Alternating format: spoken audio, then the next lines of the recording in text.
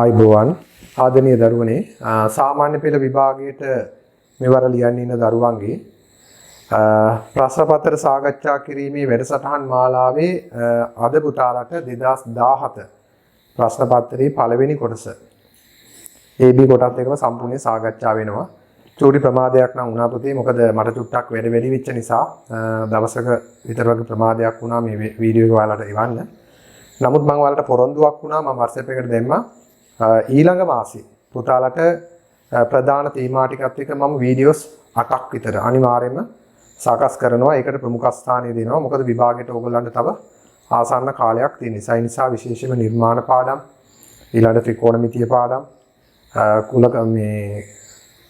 කුලක සම්භාවිතාව පාඩම්, ඒ වගේ විභාගෙදී අනිවාර්යයෙන්ම ප්‍රස්ථාර පාඩම්, මේ සියලුම තේමා ටික මේ මාසේ පෙබරවාරි මාසේ වෙනකොට පුතාලට අනිවාර්යයෙන්ම බලන්න අපි සලස්වලා දෙනවා. එහෙමනම් පුතේ අපි 2017 ප්‍රශ්න පත්‍රය පටන් ගමු. ඒකම මේකත් අපි වීඩියෝ එක YouTube එකට වැටෙන නිසා පුතාලට දැනුවත් කිරීමක් කරන්න ඕනේ. මොකද අපේ පන්ති වලට බොහෝ දුර බැහැරින් දරුවෝ සම්බන්ධ වෙනවා. ඒ නිසා ඉදිරියට දැන් අපේ පහළ ශ්‍රේණි වල සියලුම අධ්‍යාපන කටයුතු මින් ඉදිරියට සිද්ධ වෙන්නේ වෙබ්සයිට් එක හරහා විතරයි. ඒ නිසා YouTube එකට අපි වීඩියෝස් දාන්නේ නැහැ. ඒ නිසා දැනට YouTube එකේ අපි ගොඩක් වීඩියෝස් දාලා තියෙනවා.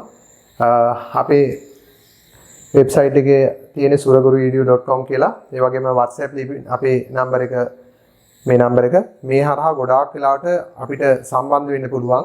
කෝල් එකක් දීලා හරි මෙසේජ් එකක් දාලා හරි අපේ පන්ති වලට 3 ශ්‍රේණියේ සිට 11 ශ්‍රේණිය දක්වා. ඒ නිසා ගොඩක් අපිට පහුගිය කාලෙදී රට පුරා දරුවෝ අපේ වෙබ්සයිට් එක හරහා අධ්‍යාපන කටයුතු වලට මේ වෙනකොට සම්බන්ධ වෙලා තියෙනවා. ඒ නිසා දරුවනේ අපි ඉදිරියටත් මොකද මේ ක්‍රමයට අපි දිගටම මේ පන්ති පවත්වාගෙන යනවා. ඕනම දරුවෙකුට මේ අපේ වෙබ්සයිට් එකට සහභාගී වෙලා බොහොම පහසුවෙන් අපේ කාලසටහනකට අනුව මේ අධ්‍යාපන කටයුතු ටික කරගෙන යන්න පුළුවන්. නිසා අපි මේ වෙනකොට දාලා තිනවා අපි කරන්නා වූ ක්‍රමය, අපේ පාඩම් මාලාව, අපි උගන්වන ආකාරය. ඒක දැනුවත් වෙච්ච දරුවෝ බොහෝ දුර බැහැරින්දනුත් මේ වෙනකොට අපිත් එක්ක සම්බන්ධ වෙලා අපේ ආයතනයට සම්බන්ධ වෙලා ඉගෙනීම් කටයුතු කරගෙන යනවා. පුතාලගේ එහෙමනම් අද දවසේ අපි බලාපොරොත්තු වෙනවා 2017. දැන් අපි 2019 18 සාකච්ඡා කළා. අද 17. එතකොට 2017 වර්ෂයේ පළවෙනි ප්‍රශ්න පත්‍රය මුළු ලකුණු 200න් ලකුණු 100ක ප්‍රමාණයක් ගන්න පුළුවන්. එතකොට මේ ප්‍රශ්න පත්‍රයේ පුතේ මට කියන්න තියෙන කාරණාව තමයි අපේ මූලික ගණිත දැනුම ටික. ඒ කියන්නේ අපි පාඩම් මේකක යටතේ ඉගෙන ගන්නා වූ સિદ્ધාන්ත. ජ්‍යාමිතිය වෙන්න පුළුවන්, සමීකරණ සාධක වෙන්න පුළුවන්, දර්ශක ලඝු වෙන්න පුළුවන්, නිර්මාණ වෙන්න පුළුවන්. එහෙම නැත්නම් සංඛ්‍යාන ඒ තේමා යටතේ තියෙන સિદ્ધාන්ත දැනීම තමයි මේ පළවෙනි ප්‍රශ්න 25න් මනින්නේ. ඒ වගේම B කොටසට එනවා ප්‍රශ්න පහක් අනිවාර්යයෙන්ම හදන්න. ඒ ප්‍රශ්න පහත් පුතේ ඇත්තටම අපහසු ප්‍රශ්න නෙමෙයි. ඒ නිසා ඔයාලට අද තේරෙන්නේ සාකච්ඡා කරනකොට පුතාලා මේ 11 ශ්‍රේණියට වඩා 10 දී ඉගෙන ගත්ත 9 10 පන්තිවලදී ඉගෙන ගත්ත කරුණු තමයි ගොඩක් මේ කියෙදෙන්නේ. එහෙමනම් අපි පුතේ ප්‍රශ්න පත්‍රයේ ගණන් 25 සාකච්ඡා කරමු. මම හිතනවා පුතාලට මේක දවස් 2කට 3කට කලින් මම WhatsApp එකට දැම්මා මේ පේපර් එක. ඒක පේපර් ඕගොල්ලෝ ගාව තියෙනවා. මේක බලන්න දෙයක් නැහැ. නමුත් කවුරු හරි දරුවෙකුට පේපර් එක නොලැබුණා නම් ඒක බලාගෙන හරි පුතේ මේ ප්‍රශ්න ටික අවබෝධ කරගන්න. එහෙනම් බලන්න පුතාලා හදලා තියෙනවා නම් බොහොම හොඳයි. හැම වෙලේම මම කියන කාරණාවක් තමයි ප්‍රතිඵලය ඕනේ සර්ට නෙමේ, ප්‍රතිඵලය ඕනේ ඉගෙන ගන්න ශිෂ්‍යයින්ට. ඔයාලට මේ විෂය කරුණු ඔක්කොම පුතේ හැම ප්‍රශ්න පත්‍රයකම දැන් අපි 2019 කතා කළා. හරි සරලයි. 2018 පේපර් එක සාකච්ඡා කළා. මහ ලොකු අමාරු කරුණු නෑ. ඒ නිසා පුතාලට තවදුරටත් මේ સિદ્ધාන්ත ටික මතක් වෙන්නයි මේ පේපර් එක සාකච්ඡා කරන්නේ. ඒ වගේම මේ දවස්වල අපි 11 ශ්‍රේණියේ පාඩම් වල යන වීඩියෝස් ඒ නිබන්ධන අනිවාර්යයෙන්ම ඔයාලටත් එවලා තියෙනවා. ඒ නිසා ඒ වේනුත් අතපසු වෙච්ච පාඩම් ටික පොඩ්ඩක් ආවරණය කරගන්න. පළවෙනි ගණන. පුද්ගලයෙක් රුපියල් 1000ක මුදලක් 108ක වාර්ෂික සුළුපොලි අනුපාතය යටතේ බැංකුවක තැන්පත් කරයි. පළමු වර්ෂ අවසානයේ මෙම මුදල සඳහා ඔහුට හිමිවන පොලිය. එතකොට පුතේ පොලිය ලැබෙන්නේ මේ තැන්පත් කරන මුදලෙන් 108. එහෙනම් රුපියල් 1000කින් 100ට 8ක් කියන්නේ 100න් 8ක්. එතකොට බලන්න පුතේ උත්තරේ කීයද කියලා. 10න් 10න් බෙදෙනවා. 10න් 10න් බෙදෙනවා. එහෙනම් 10 වරක් 8 80යි. රුපියල් 80ක පොලියක් තමයි ඔහුට හිමි වෙන්නේ. ඔන්න ඔහුට හිමි වන මුළු පොලිය. පළමු වසර අවසානයේ 2. රථයක් පැයට කිලෝමීටර 30ක ඒකාකාර වේගයෙන් ගමන් කරයි. මෙම රථය කිලෝමීටර් 120ක දුරක් ගමන් කිරීමට ගතවන කාලය පැයවලින්. පුතාලා දන්නවා මෙන්න මෙහෙම සූත්‍රයක් තියෙනවා. වේගය සමානයි දුර බෙදීම කාලය. හැබැයි මෙන්න මේ වේගයට යොදන ඒකක අනුව දුර කාලයට ඒකක සකස් විය යුතුයි. වේගය තප්පරයට මීටර આવොත් දුර මීටර වලින් කාලය තප්පර වලින් ආදේශ කරන්න ඕනේ. වේගය පැයට කිලෝමීටර આવොත් දුර කිලෝමීටර කාලය පැය වලින් ආදේශ කරන්න ඕනේ. එතකොට අපි දුර කාලයේ වේගය කියන්නේ 11 ශ්‍රේණියට නෙමෙයි ඔක 10 ශ්‍රේණියේ පාඩමක්. අපි දැන් බලමු පුතේ අහන්නේ ගතවන කාලය. එතකොට මම කිව්වා වේගය සමානයි දුර බෙදීම කාලය නම් කාලය කියන එක මෙතෙන්ට උක්ත වුණොත් කාලය සමාන වෙනවා පුතේ මේ රාශි දෙක මාරු වෙන්න පුළුවන් නේ හරස්ුණේදී. කාලය සමානයි දුර බෙදීම වේගය. එහෙමනම් බලමු වේගය පැයට කිලෝමීටර තියෙන්නේ දුර කිලෝමීටර තියෙන්නේ. එතකොට වේගය පැයට කිලෝමීටර දුර කිලෝමීටර නම් කාලය පැය වලින් එනවා. එහෙමනම් අපි බලමු පුතේ කොච්චරද කාලය කියලා. කාලය සමානයි දුර බෙදීම වේගය. කිලෝමීටර 120යි. දුර කිලෝමීටර 120යි. ඒකක දාන්න ඕමනා නැහැ මොකද කාලයට අනිවාර්යෙන් පැය එනවා මෙතන. එතකොට වේගය පැයට කිලෝමීටර 30යි. 30යි km h දින එක. එතකොට පුතේ මේ කිලෝමීටර කැපුණාම h දින එක උඩට එනකොට h වෙනවා පැය. හරියටම 120ට 30 ඒවා 4යි එහෙනම් පැය 4යි. පැය 4කින් මේ ගමන යනවා. ඉතින් මේවට බොහොම තප්පර ගානයි මේ ගානක් හදන්න යන්නේ. ලොකු කාල වේලාවක් ගත වෙන්නේ. 3. ලඝු ගණක ආකාරයෙන් ලියන්න. 3 4 වෙනි බලය 81. එහෙනම් පුතේ මේ ලඝු ගණක වල මුල්ම සිද්ධාන්ත දැන් ලඝු ගණක පාඩම් ඔක්කොම මම එවලා තිනවලට. එහෙනම් මේක ලියන්න පුළුවන් log. පාදය 3 සංඛ්‍යාව 81 මේ දර්ශකයේ තමයි ලඝු ගණකයේ වෙන්නේ 4. 3 පාදයට 81 ලඝු ගණකය 4යි. මේ ලඝු ගණක වල මුල්ම පළවෙනිම අවස්ථාව මුල්ම කාරණාව ලඝු ගණක පාඩමට පිවිසෙන්නේත් මෙතනින්. සුළු කරන්න තියෙනවා හරය අසමානයි. දැන් පහුගිය සතිවල අපේ වෙබ්සයිට් එකේ පුතාලා බලන්න ඇති අපේ VG භාග පාඩම්. මේ වගේ චූටි ගණන් මේ විශාල ගණන් හැදුවා. ඒ නිසා පුතේ 2x 4x කේ පොදු හරය 4x. මේ හරයෙන් බෙදුනහම ඉතුරු වෙන්නේ 2ක්. 4x 2x කින් බෙදුනහම 2යි. දෙවරක් එක 2යි. 4x 4x කින් බෙදුනහම 1යි. එක්වරක් එක 1යි. නැත්තම් පුතාලට ගන්න පුළුවන් හරය සමාන වෙන මේ දෙන්නම දෙකෙන් ගුණ වුණා කියලා ගන්නත් පුළුවන්. එතන මෙතන දෙවරක් එක 2යි. එහෙනම් අඩු කළොත් පුතාලා එන්නේ 4x. දැන් බලපුවාම මේ 9 10 පන්තියක ප්‍රශ්න පත්‍රයක් කරනවා වගේ තමයි ඕලෝ පේපර් එකක් දැනෙන්නේ. එච්චරට සරලයි. හරි. අපි එහෙමනම් පුතේ තව ඉදිරියට යමු. 5 වෙනි ගණන මේ හැම ගානකටම පුතාලට ලකුණු ලැබෙනවා දෙක බැගින්. සුළු කරන්න නේ රූපේ දීලා තියෙන දත්ත අනුව මේ කෝණේ බලන්න පුතේ මේ ත්‍රිකෝණ ප්‍රමේයක් නෙමේ මේවා 9 වසරේදී කෙරෙනවා. 9 දරුවන්ටත් මේ ප්‍රමේය කියනවා. ත්‍රිකෝණයක පාදයක් දික් කිරීමෙන් සෑදෙන බාහිර කෝණය එහි අභ්‍යන්තර සම්මුඛ කෝණවල එකතුවට සමාන වෙනවා කියන එක. එතකොට මෙතන කෝණේ ඍජු කෝණයක් නම් අහනවා DBC. මෙතන කෝණය කීයද කියලා. මෙතන බාහිර කෝණය 120යි. එතකොට ප්‍රමේය තමයි පුතේ පාදයක් දික් කිරීමෙන් සෑදෙන බාහිර කෝණය අභ්‍යන්තර සම්මුඛ කෝණවල එකතුවට සමානයි. ඒ නිසා අපිට ලියන්න පුළුවන් පුතේ DBC කෝණය ධන 90 සමානයි 120. පුතාලා අනිවාර්යෙන් මේ ප්‍රමේය මෙතන ලියන්න පුළුවන් නම් විභාගයේදී අපිට ප්‍රශ්න පත්‍රය ඉඳ තියෙනවා ලියන්න ඕනේ. ත්‍රිකෝණයක පාදයක් දික් කිරීමෙන් සෑදෙන බාහිර කෝණය අභ්‍යන්තර සම්මුඛ කෝණවල එකතුවට සමාන නිසා. එම නිසා කෙලින්ම DBC වල අගය වෙන්නේ පුතේ 120න් අඩු වෙනවා ගිහිල්ලා 90ක්. 90 ගිහින් අඩු වුණොත් 0යි. එතකොට කීයද පුතේ 30යි උත්තරේ. අංශක 30යි. මේ දෙපසින්ම 90 අඩු වෙනවා. එතකොට මේ පැත්තෙන් අඩු වෙනවා, මේ පැත්තෙන් 90ක් අඩු වෙනවා 30යි. එහෙනම් මෙන්න මේ කෝණයේ අංශක 30යි. කොච්චර සරලද? 6 වෙනි ගණන. එක්තරා වැඩක් නිම කිරීමට මිනිසුන් 10 දිනකට දින 8ක් අවශ්‍ය වේයයි එස්සමේන්තු කර ඇත. දින 5කින් වැඩේ නිම කිරීමට කොපමණ මිනිසුන් ගණනක් යොදාගත යුතුද? මේක හදන්න ක්‍රම කිහිපයක් තියෙනවා. එකක් තමයි පුතේ මුළු වැඩේ ප්‍රමාණය මිනිස් දින වලින් හොයාගන්නවා. මිනිසුන් 10 දිනේ දින 8ක් කරන වැඩ කියලා කියන්නේ 10 වරක් 8 80යි. මිනිස් දින 80ක වැඩක්. එතකොට ඕක දින 5කින් කරන්න නම් මිනිස් දින 80 දින 5න් බෙදපුවාම එනවා මිනිසුන් ගණන කීයද කියලා.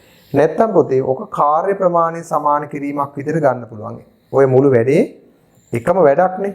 ඒ නිසා මේ වැඩේ කොහොම කළත් එක ප්‍රමාණයක වැඩක්. ඒ නිසා මේ දෙකේ කාර්ය ප්‍රමාණය සමාන කරමු. මිනිසුන් 10 දෙනෙකුට දින 8යි. එහෙනම් 10 මිනිස්සු 10 දෙනෙක් දින 8ක් කරනවා කියන්නේ 10 වරක් 8 80යි. මිනිස් දින 80ක වැඩක්. දින 5කින් එම වැඩේ කිරීමට කොපමණ මිනිසුන් ඕනේද? එහෙනම් අපි ගන්නවා මිනිසුන් 10 දෙනෙක් දින 8ක් නම් වැඩ කළේ අවශ්‍ය මිනිසුන් ගන්නවා x මිනිසුන් ප්‍රමාණයක් දින 5කින් මේක කළා. එහෙනම් මිනිස්සු ගාන දිනෙන් ගුණ කළොත් එනවා මිනිස් දින 80ක වැඩක්. එහෙනම් මේ මිනිස් දින 80 වැඩේ මිනිස්සු x ප්‍රමාණයක් දින 5කින් කරනවා කියලා ගන්නවා. ඒ නිසා පුතාලා දැන් දෙපසම බෙදනවා 5න් 5න් බෙදුනොත් 5ට 10 5ට වෙන 2යි දෙවරක් 8 16. එතකොට x සමානයි 16. එතකොට x කියලා ගත්තේ අපි මිනිසුන්. ඉතින් මෙහෙම උත්තරේ ගත්තත් ලියනවා මොකද්ද? මිනිසුන් 16යි. නැත්තම් පුතාලට තව ක්‍රමයක් තියෙනවා. ඒ ක්‍රමේ තමයි ඔය ආකාරයෙන්ම එකක් වෙන්නේ. මුළු වැඩේ ප්‍රමාණය මිනිසුන් ගාන දිනේ ඉතින් 10 ගුණ කරනවා 8න්. එතකොට මිනිස් දින 80යි. මිනිස් දින 80 දින 5න් බෙදනවා. එතකොට එනවා මොකද්ද? මිනිසුන් ගණන. ඒ නිසා මිනිස් පැය ගණනුත් ඔය ආකාරයෙන්ම හදන්න පුළුවන්. එහෙනම් මිනිසුන් ගාන දින ගානෙන් ගුණ කළොත් වෙනවා මුළු මිනිස් දින ගාන. ඒක දින 5න් බෙදපුවාම එනවා ඒකට අදාළ මිනිසුන්. එහෙනම් මිනිසුන් 16 දෙනෙක් මේ වැඩේ කළ යුතුයි. හරි. ඊළඟට බලන්න 7. මම මේ කතා කරන්නේ පුතේ විභාගෙට ඒ සාමාර්ථයක් අනිවාර්යයෙන්ම ගත යුතුයි කියන මතයේ සිට. සමහර වෙලාවට C1ක් වගේ ගන්න නම් මේ පොඩි ගණන් ටික අහුල්ලා කළත් පුතේ ලකුණු අරගෙන සම්මානයකට යන්න පුළුවන්. නමුත් අපි කතා කරන්නේ ඒ එකක්ම ගත යුතුයි. මොකද අපිට හුරු පුරුදු නැහැ C1 S1. අපේ පන්ති වල CS කියන එක අහන්නවත් නැහැ. මොකද හැම වෙලෙම අපි ඒ සාමාර්ථයකටත් එහාට විෂය උගන්වන නිසා. ඒ නිසා පුතේ මේ විෂය කරුණු හොඳට දැනුවත් වෙන්න. 7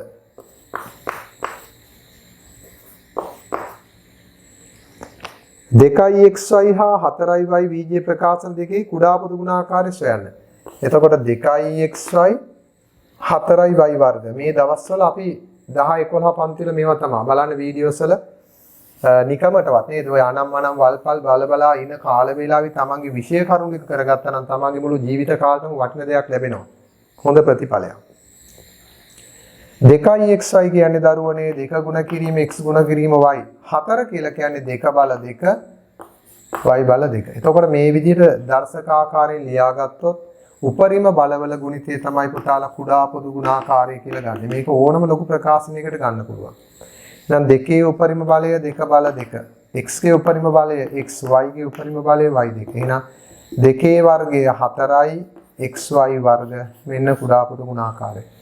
විභාගෙදි මේක එකවර ලියලා දැම්මත් ලකුණු හම්බ වෙනවා. මොකද මේක මේ මෙහෙම හදලා පෙන්වන්නම තරම් දෙයක් නොවන නිසා. ඒ නිසා කුඩා පොදු ගුණාකාරය මෙන්න. දැන් බලන්න පුතාලා මේවා ඉගෙනගෙන තියෙන්න ඕනේ මීට පෙර ශ්‍රේණිවලදී. 8 පහත දී ඇති අගය අතුරෙන් 32 මූල 32 අගය අහනවා.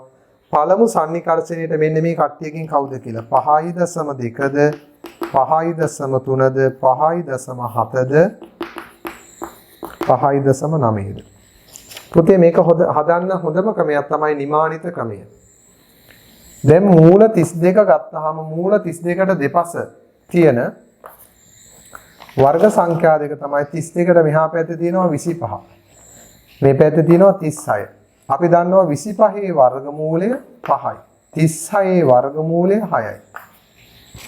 එතකොට බලන්න ඕනේ මේ 32 කිට්ටු 25ටද 36ටද. මේ අපි ආසන්න නිමානය කිරීමක් කරනවා. දැන් පුතේ 36 වර්ගමූලය 6ක් වෙනවා නම් 36ට එකක් මෙහා අපි නිකන් හිතමු 35 වගේ සංඛ්‍යාවක වර්ගමූලය 35 වගේ සංඛ්‍යාවක වර්ගමූලය අනිවාර්යෙන් ඉන්න ඕනේ. 6ට ඔන්න වෙන්න ගියා 5.9ක් විතර කියලා නිකන් හිතලා කියන්න පුළුවන්. ඒ වගේම 25 වර්ගමූලය 5 නම් 26 27 වගේ 25ට කිට්ටු කෙනාගේ වර්ගමූලය වෙන්න ඕනේ 5.1ක් වගේ අගයක්. එහෙනම් දැන් අපි බලමු මේ පැත්තෙන් 32යි 25යි 7ක් දුරයි. මෙතන කීයක් දුරද? 36 කියන්නේ 4ක්. එතකොට බලපුවාම මේ 32 වඩාත් සමීප වෙන්නේ අර පැත්තට. මේ පැත්තට නෙමෙයි. මේ පැත්තට තියෙනවා 7ක වෙනසක්. අර පැත්තට තියෙන්නේ 4ක වෙනසක්. ඒ නිසා මේ 32 කියන්නේ 6 පැත්තට නැඹුරුව වැඩි යගයක්. 6ට ආසන්න මේ උත්තරයේ 6 පැත්තට නැඹුරුව වැඩි. මොකද මේ පැත්තට 7යි අර පැත්තට ඒ කියන්නේ 7න් භාගයක්නේ 3මාරක නිසා මේ පැත්ත වගේ මේ පැත්තට දුරෙන් භාගයක් විතර තමයි හා පැත්ත. නිසා 6ට කිට්ටු වගේක්. එහෙනම් අපි බලමු මේකෙන් ප්‍රතික්ෂේප කරන්න පුළුවන් අගයන් තියෙනවා. මේක හැම වෙලෙම පුතේ හරි මැද තිබුණා නම් සමානව. හරි මැද තිබ්බා නම් තමයි එන්න ඕනේ 5ත් 6ත් අතර 5.5. එහෙනම් අනිවාර්යෙන්ම මේක අර පැත්තට කිට්ටු නිසා 5.5 හෝ ඊට අඩු වගයන් කොහෙත්ම ගැලපෙන්නේ නැහැ. ඒ නිසා පුතේ 5.2 5.3 ගැලපෙන්නේ නැත. ඒකම 5.9 ගැලපෙන්නේ නැහැ. මොකද 5.9 වගේ අගයක් ගැලපෙන්නේ පුතේ 36ට ආසන්නම කෙනෙක්. ඒ කියන්නේ 34 35 වගේ කෙනෙකුටම තමයි 5.9 ගැලපෙන්නේ. ඒ නිසා පුතේ මේක නිකම්ම ගැලපෙන කෙනා තීරණය කරන්න පුළුවන් 5.7. 5.7 පුතාලට ඕනම් 5.7 5.7න් ගුණ කරලා බලන්න පුළුවන්. 7 වරක් 7 49 4යි 7 වරක් 5 35යි 4යි 39යි.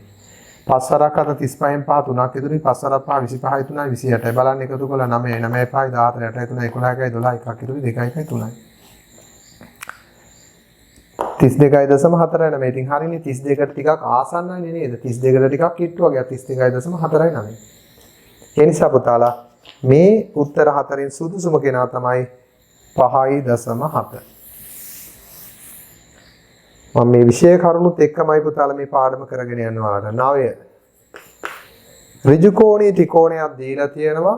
මේ ඍජු කෝණී ත්‍රිකෝණයේ දීලා තියෙන කෝණයන් බලන්න මෙන්න තීටා කෝණය මේක සෙන්ටිමීටර 3යි සෙන්ටිමීටර 5යි සෙන්ටිමීටර 4යි නම් අහනවා cos theta. පුතාලා ත්‍රිකෝණමිතියේදී කතා කරලා තිනවා sin කියලා කියන්නේ සක සම්මුඛ පාදයේ බෙදීම කර්ණය. cos කියලා කියන්නේ බක බද්ධ පාදයේ බෙදීම කර්ණය. tan නම් සබ සක බක සබ sin cos tan.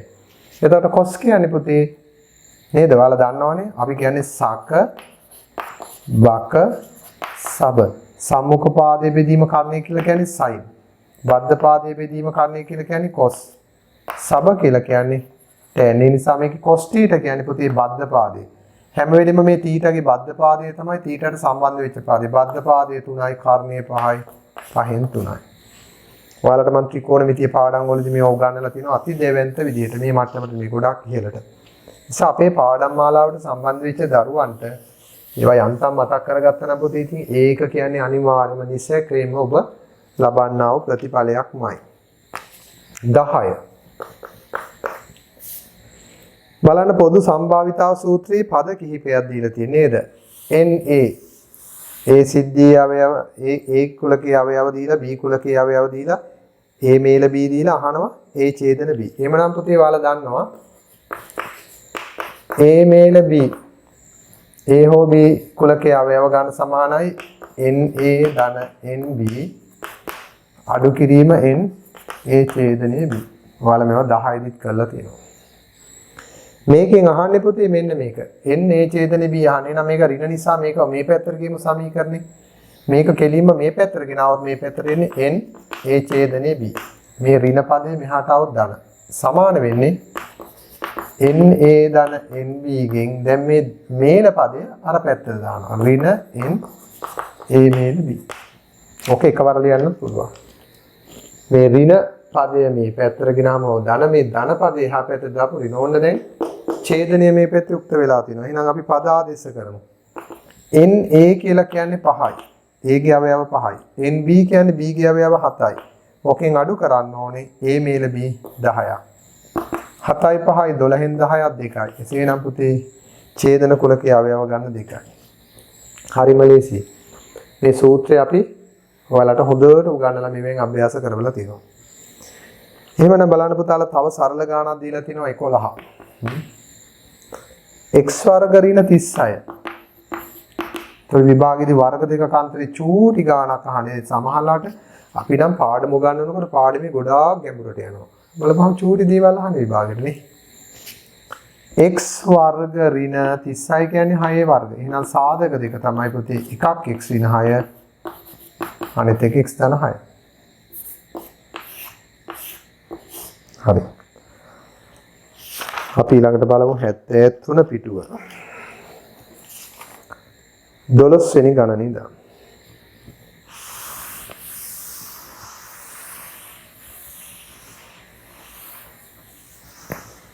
මට තියෙන ප්‍රශ්නේ විභාග ප්‍රශ්න පත්‍රය ඇයි මෙතරම් ලේසි කරන්නේ? ප්‍රශ්න මෙච්චර සරල කරන්නේ කියන එක. අපි උගන්වන මට්ටමේ හැටියට බලපුවම පුතේ මේවා අතිශයින්ම සරලයි. ලොතරැයි 100ක් පමණ නිකුත් කරන ලද ලොතරැයියකින් ලොතරැයි පත් 35ක් කාන්තාවන් විසින් මිලදීගෙන ඇති අතර ඉතිරිය පිරිමින් විසින් මිලදීගෙන ඇත. දිනුම් මැදීමේදී ජයග්‍රාහකයෝ පමණක් තෝරා ගන්න ලබන්නේ නම් ජයග්‍රාහකයා පිරිමියෙකු වීමේ සම්භාවිතාව කුමක්ද? අපි නිකමට හිතන්නකෝ පුතේ. දැන් පාසලක පන්තියක අපි හිතමු ළමයි 100ක් ඉන්නවා. එතකොට මේ 100න් ගැහැණු ළමයි ඉන්නේ 35යි කියලා හිතන්න. එතකොට 100න් 35ක් ගැහැණු ළමයි ඉන්නකොට පිරිමි ළමයි ඉන්නවා 100න් අඩු කරපුවාම 65ක්. එතකොට වැඩි පිරිස ඉන්නේ පිරිමි. ගැහැණු 35යි නම් පිරිමි වැඩි. එතකොට මේ ලොතරැයි පතේ වැඩි පිරිසක් අරන් තියෙන්නේ පිරිමි අය නම් වැඩි සම්භාවිතාවක් තියෙන පිරිමි කෙනෙකුට ලොතරැයි පතේ දිනු මැදීම. එහෙනම් මට මේකෙදී අහන ප්‍රශ්නේ මොකද්ද? මෙතන කියලා තියෙනවා 35ක් කාන්තාවන් විසින් මිලදීගෙන ඇති අතර ඉතිරිය පිරිමින් විසින් මිලදීගෙන ඇත. දිනුම් මැදීමේදී එක් ජයග්‍රාහකයෙකු පමණක් තෝරා ගන්න ලබන්නේ නම් ජයග්‍රාහකයා පිරිමි අයෙකු වීමේ සම්භාවිතාව. එතකොට මෙතන ඉන්න පිරිමින් ගණන 65යි. එහෙනම් පුතේ උත්තරය 100න් 65යි. ජයග්‍රහණය ගැහැණු කෙනෙකුට ලැබීමේ සම්භාවිතාව 100න් 35යි. පිරිමි කෙනෙකුට ලැබීමේ සම්භාවිතාව 100න් 65යි. මොකද වැඩි පිරිසක් ඉන්නේ පිරිමි නම් පිරිමි අයට ලැබීමේ සම්භාවිතාව ජයග්‍රහණය වැඩි. මොකද මෙලදී අරන් තියෙන වැඩිපුරම පිරිමි කෙනෙක්.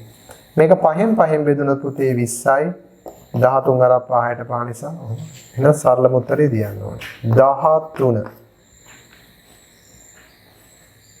බලන්න මෙතන තියෙන ජ්‍යාමිතික කරුණ. මම ප්‍රමේයات පොඩ්ඩක් මතක් කරලා දෙන්නම්. කොච්චර සරලද බලන්න පුතේ. කේන්ද්‍රය හරහා ගිය. ඒ කියන්නේ විස්කම්බයක් තියෙනවා. මෙතන තොරතුරු කීපයක් දීලා තියෙනවා. AB 10යි. මෙන්න මේ විස්කම්බය 10යි. CB 6යි. මෙන්න මේ පාදයේ දිග සෙන්ටිමීටර් 6යි. නම් අහනවා AC ගේ දිග. එතකොට ත්‍රිකෝණයක පාද තුනක දිග තිබුණොත් දෙකක දිග දුන්නොත් ඉතුරු එකේ දිග හොයන්න පුළුවන් පුතේ. ඍජු කෝණී ත්‍රිකෝණයක. එතකොට පුතාලා දන්නවා මෙහෙම ප්‍රමේයයක් තියෙනවා. වෘත්ත ඡාපයකින් කේන්ද්‍රයේ ආපාතිත කෝණය පරිධියේ ආපාතිත කෝණය වගේ දෙගුණයක්. මේක x නම් මේක 2x. එතකොට ওই විදිහට ගත්තයින් පස්සේ පුතේ අර්ධ වෘත්ත ඛණ්ඩයක් ගත්තාම හරියටම මෙතන මේ අර්ධ වෘත්ත ඡාපයෙන් කේන්ද්‍රය ආපතනය කරන්නේ 180ක් නම් පරිධිය ආපතනය කරන්න ඕනේ එකෙන් අඩක් මේකෙන් අඩක්. ඒ කියන්නේ අංශක 90යි. ඒ නිසා පුතා ලෝක ඉගෙනගෙන ඇති අර්ධ වෘත්ත ඛණ්ඩයේ කෝණ අංශක 90යි කියලා අපි ඔක නිර්මාණයේදීත් කියලා දීලා තියෙනවා. එහෙනම් අර්ධ වෘත්ත ඛණ්ඩයේ කෝණ. මේක අර්ධ වෘත්ත ඛණ්ඩ නිසා මෙතන C කෝණයේ අංශක 90යි. ඒ නිසා අපි ඔකෙදි ලියමු C කෝණය සමානයි අංශක 90යි. හේතුව අර්ධ වෘත්ත ඛණ්ඩයේ කෝණ. අර්ධ වෘත්ත ඛණ්ඩයේ කෝණ. අර්ධ වෘත්ත ඛණ්ඩයේ කෝණ.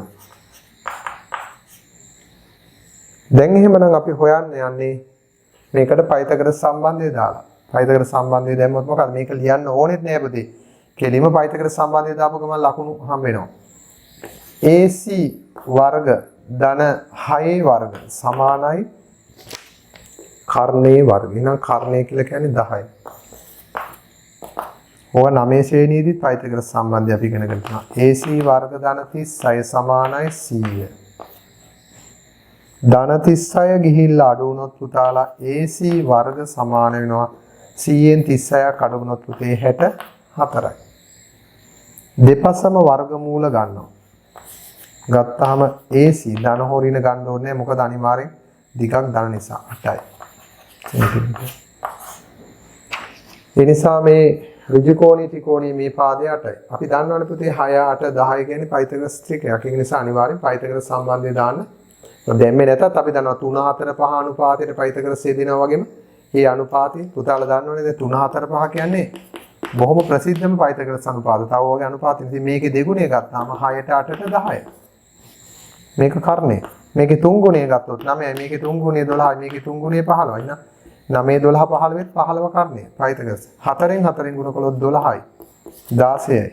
20යි. එහෙනම් මේකත් පයිතගොරස් සම්බන්ධයට අනුව ගත්තාම පයිතගොරස් විකරණ ත්‍රිකෝණයක පාද තුනක් වෙන්න පුළුවන්. හරි. ඊළඟට පුතේ ඔයාලගෙන් අහනවා වර්ග සමීකරණයක් සාධක වෙන් කරලා දීලා තියෙනවා. ඒකේ විසඳු ශූන්‍ය ගුණිතය. ඊට පෙර පේපර් වලත් අපි මේව කතා කළා පුතේ. එහෙනම් සාධක දෙකක් තියෙනවා මේක ගුණිතය ශූන්‍ය නම් x ධන 2 x ඍණ 1 මේ එන්න පුළුවන් සරලම මට්ටමේ ගාන. ගුණිතයක් ශූන්‍ය වේ නම් එක් පදයක්වත් එහි ශූන්‍ය වේ. එක් සාධකයක්වත් ශූන්‍ය වෙනා x ධන 2 සමානයි බිඳුව හෝ x ඍණ 1 සමානයි බිඳුව. ධන 2 මෙහාට ගියොත් ඍණ 2 වෙනවා. හෝ ඍණ 1 අනිත් පැත්තට ගියොත් ධන 1 වෙනවා. මේ ඔය පාඩමේ දෙන්න පුළුවන් අඩුම සරලම ගණන් තමයි මේ වේ පේපර් එකේ ගාව දෙන්නේ 15. රූපේ දී ඇති ත්‍රිකෝණ අතුරින් අංග සම ත්‍රිකෝණ යුගල ලියා දක්වා එම යුගල හඳුනා ගැනීමට භාවිතා කළ අවස්ථාව පහද දී ඇති 1 2 3 අවස්ථා අතරින් තෝරා ඒ යටින් ඉරක් අඳින්න. එතකොට පුතේ මෙතන දීලා තියෙනවා ත්‍රිකෝණ කිහිපයක්. A B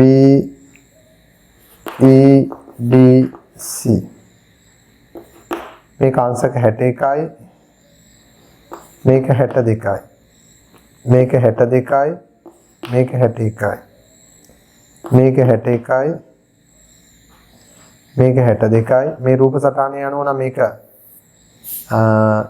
සරල රේඛාවක් වෙන්න බෑ සරල රේඛාව නේ 180ක් වෙන්න බෑ මේක සරල රේඛාවක් නොවන අවස්ථාවක් වෙන දෙන්නේ හරි. කෙසේ වෙතත් මෙතනින් අහනවා අංග සම ත්‍රිකෝණ යුගලක්. මෙන්න මේ දෙන්නත් අංග සම වෙනවා පුතේ. මේ දෙන්නත් අංග සම වෙනවා. මොකක්ද අංග සම වෙන අවස්ථාව නෑ. අංග සම වෙනවා පොඩ්ඩක් බලන්න. 61 62. එතකොට මෙතන අංග සම වෙන්නේ පුතේ කොයි ජෝඩුවද? මේ දෙන්න අංග සමයි කියලා ගන්න බෑ. හේතුව තමයි අංග සම වෙන්න තියෙන ඕනේ අංග තුනක්. එතකොට බලන්න පුතේ මෙන්න මේ ත්‍රිකෝණ යුගලේ ඒ අංග පෙන්වනවා මොකද්ද? මෙන්න මේ කෝණයට මේ කෝණය සමානයි. අංශක 62යි මේ කෝණයට මේ කෝණය සමානයි. එතකොට මෙන්න මේක කියනවා පොදු පාදය. එතකොට බලන්න මේ ත්‍රිකෝණයේ පොදු පාදය වෙන්නේ මේ කෝණ දෙක අතර පාදය. මේකෙත් පොදු පාදය වෙන්නේ මේ කෝණ දෙක අතර පාදය. එතකොට මෙතන ගත්තාම කෝණ සමාන වුණාට මේ පාදයක් වෙන්න ඕනේ. එහෙනම් මේකත් අංග සම වෙන්න පුතේ හරිනම් මේ පාදේ සමාන වෙන්න ඕනේ. ඒ නිසා මෙතන අංග සම ජෝඩුව තමයි මෙන්න මේ ත්‍රිකෝණ යුගල. එතකොට අංග සම අවස්ථාව. ඔන්න දැන් 16 ශ්‍රේණියේ දරුවන්ට ලබන සතියේ අපි අංග සාමය කරනවා. හැබැයි මම ඒක ළමයින්ට පොරොන්දු වුණා YouTube එකට දානවා කියලා. මොකද හේතුව අංග සාමය කියන එක හරියට ඉගෙන ගත්තේ නැත්නම් මුළු ජ්‍යාමිතියම තිත්ත වෙන නිසා. ඒ නිසා පුතාලාට ත්‍රිකෝණ අංග සාමය මම 10 දී හොඳටම උගන්ලා තියෙනවා. 11 දී ඒවා මතක් කරලා කියලා දීලා තියෙනවා. ඔන්න බලන්න මම 10 දරුවන්ට වීඩියෝ එකක් දානවා තව මේ පළවෙනි සතිය. පෙබරවාරි පළවෙනි සතිය YouTube එකේ ඒක දානවා. එසේනම් දරුවනේ මෙතන ත්‍රිකෝණ අංග සම වෙන අවස්ථාව වෙන්නේ මෙන්න මේ දෙක. එහෙනම් අපි ලියන්න ඕනේ ABC. අංග සම අවස්ථාව යටින් ඉරක් ගහන්න තියෙනවා. එතකොට උත්තර තුනක් තියෙනවනේ නේ. උත්තර තුනක් තියෙනවා. ඉස්සෙල්ලාම ලියන්න ඕනේ මේකේ අංග සම ත්‍රිකෝණ යුගල ලියා දක්වා එම යුගල හඳුනා ගැනීමට භාවිතා කළ අවස්ථා. එනවා ත්‍රිකෝණ යුගල තමයි ABC ත්‍රිකෝණය හා CBD නැත්නම් මෙහෙම අංග සම ලකුණු ලිව්වත් කමන්නේ ඕනේ. මෙන්න මේ ත්‍රිකෝණ දෙකයි අංග සම වෙන්නේ අවස්ථාව තමයි කෝණ දෙකක් සහ පාදයක් කෝණ දෙකක් සහ අනුරූප පාදයට. අනුරූප කියන්නේ මේ කෝණ දෙක අතර පාදය නම් කෝණ දෙක අතර පාදය. කෝකෝපා. නම් කෝකෝපා කියන්නේ පුතේ දෙවෙනි උත්තරය. කෝකෝපා. ඊළඟ ගණන.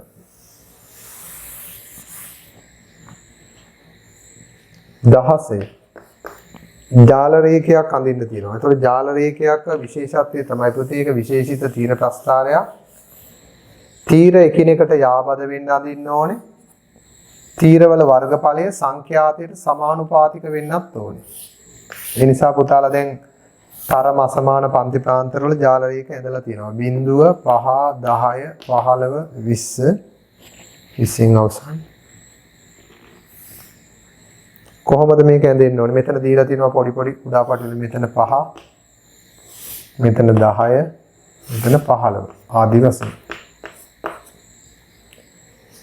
එහෙමනම් බලන්න පුතේ මේ පැත්තේ ඉන්නේ සිසුන් ගණන. මේ පැත්ත ලකුණු.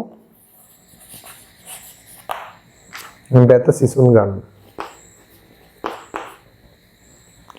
මම මේකේ ජාල රේඛයක් ඇඳලා සංඛ්‍යාත බහුවශයක් අඳින ආකාරය කියලා දෙනවා වැඩි මනක් දෙන්නට. 0.5 බිඳුවත් පහත් අතර ලකුණු ලබා ගත්තේ 3 දෙනා. එහෙනම් බිඳුවත් පහත් අතර 3 දෙනා නම් පුතේ මේක පුතාලගේ මෙහෙම බෙදලා තියෙනවානේ පහට. එහෙනම් 3 මට්ටමින් ඉරක් අඳින්න ඕනේ. මෙන්න 3.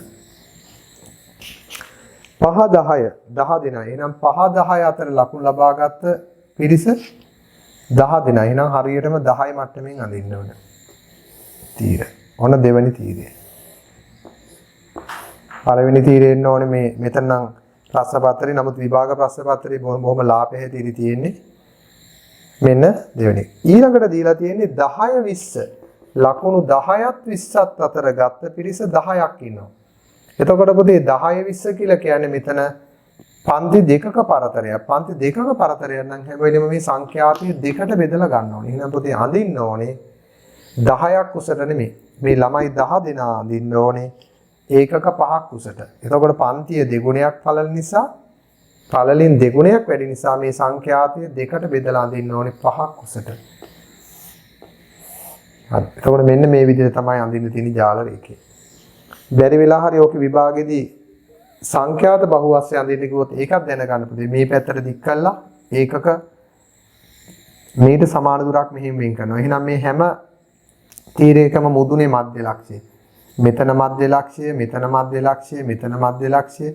මේ තීර දෙකක්සේ සලකනවා. එතකොට මෙතන මධ්‍යයන් දෙකක් ගන්නවා. මෙතන මධ්‍ය ලක්ෂය මෙහෙම ගන්නවා. නමුත් මේක කරන්න යන්න එපා කියලා නෑ. මම මේ අමතර දැනුමට කියලා දෙන්නේ. එහෙනම් පුතේ ඔන්න යා කළොත් බලන්න මෙන්න මේ බහුවස්ත්‍රය.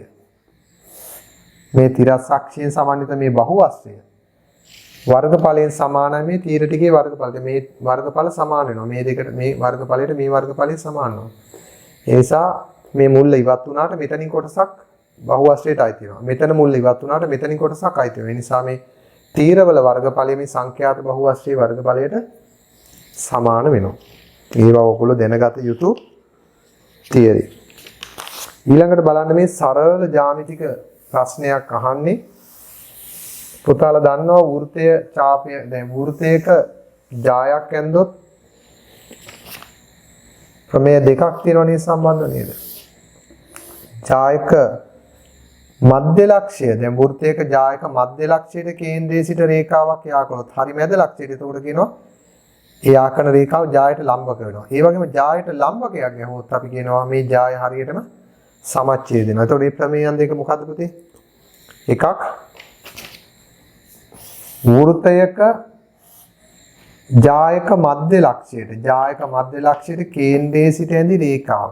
මෙන්න මේ රේඛාව ජායට ලම්බක වේ. අනිත් පැත්ත කේන්ද්‍රයේ සිට ජායට ඇඳි ලම්බකයෙන් ජාය සමච්ඡේද වේ.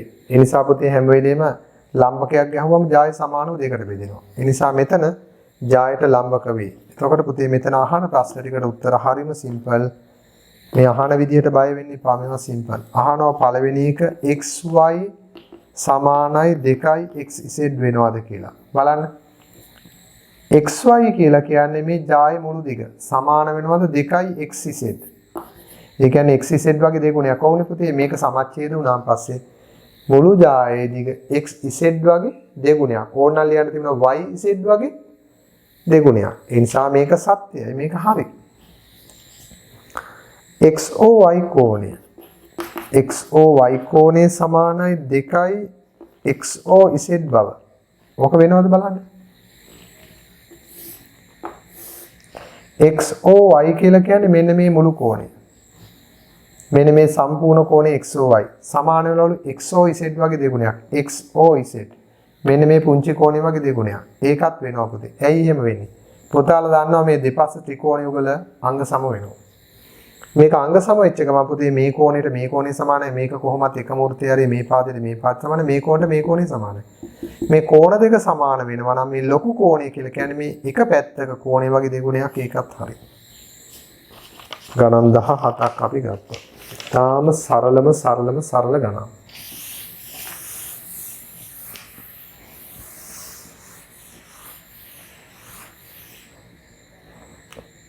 18 ත්‍රිකෝණමිතියේ මූලිකම කාරණාවක් තොරතුරු ලකුණු කිරීමක් අහන්නේ බලන්න. රූපේ AB මගින් ප්‍රදීපාගාරයක්ද?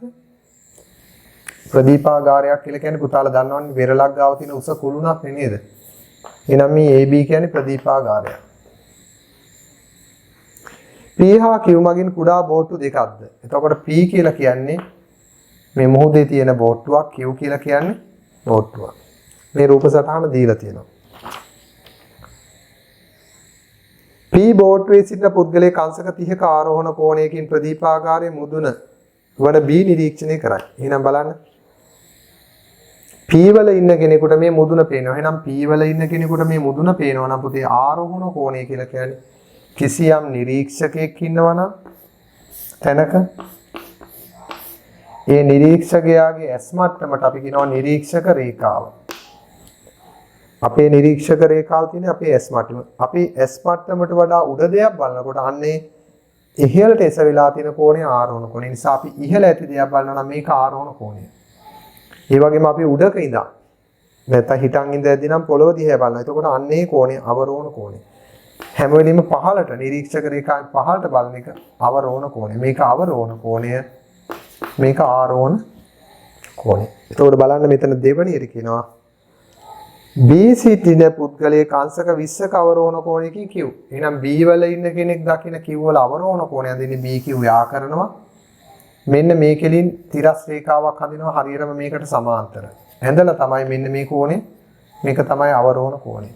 B සිට Q දකින්න අවරෝහණ කෝණය අංශක 20යි.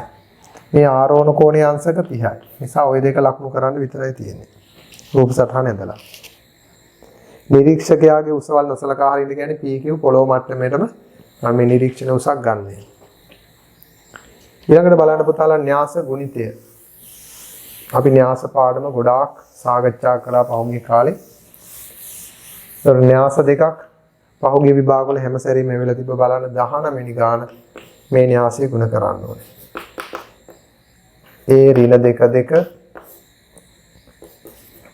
B ඍණ 1 2 මම පුතාලාට ඉස්සෙල්ලම කියලා දෙනවා BA ගුණ කළොත් මොකද්ද ලැබෙන ප්‍රතිඵලය. මම AB අහන්නේ මේකෙදි AB අහන්නේ AB ගුණිතය BA ගුණ කළොත් මොකද්ද ලැබෙන්නේ? BA ගුණ කළොත් එන්නේ ඍණ 1 2 ඍණ 2 2.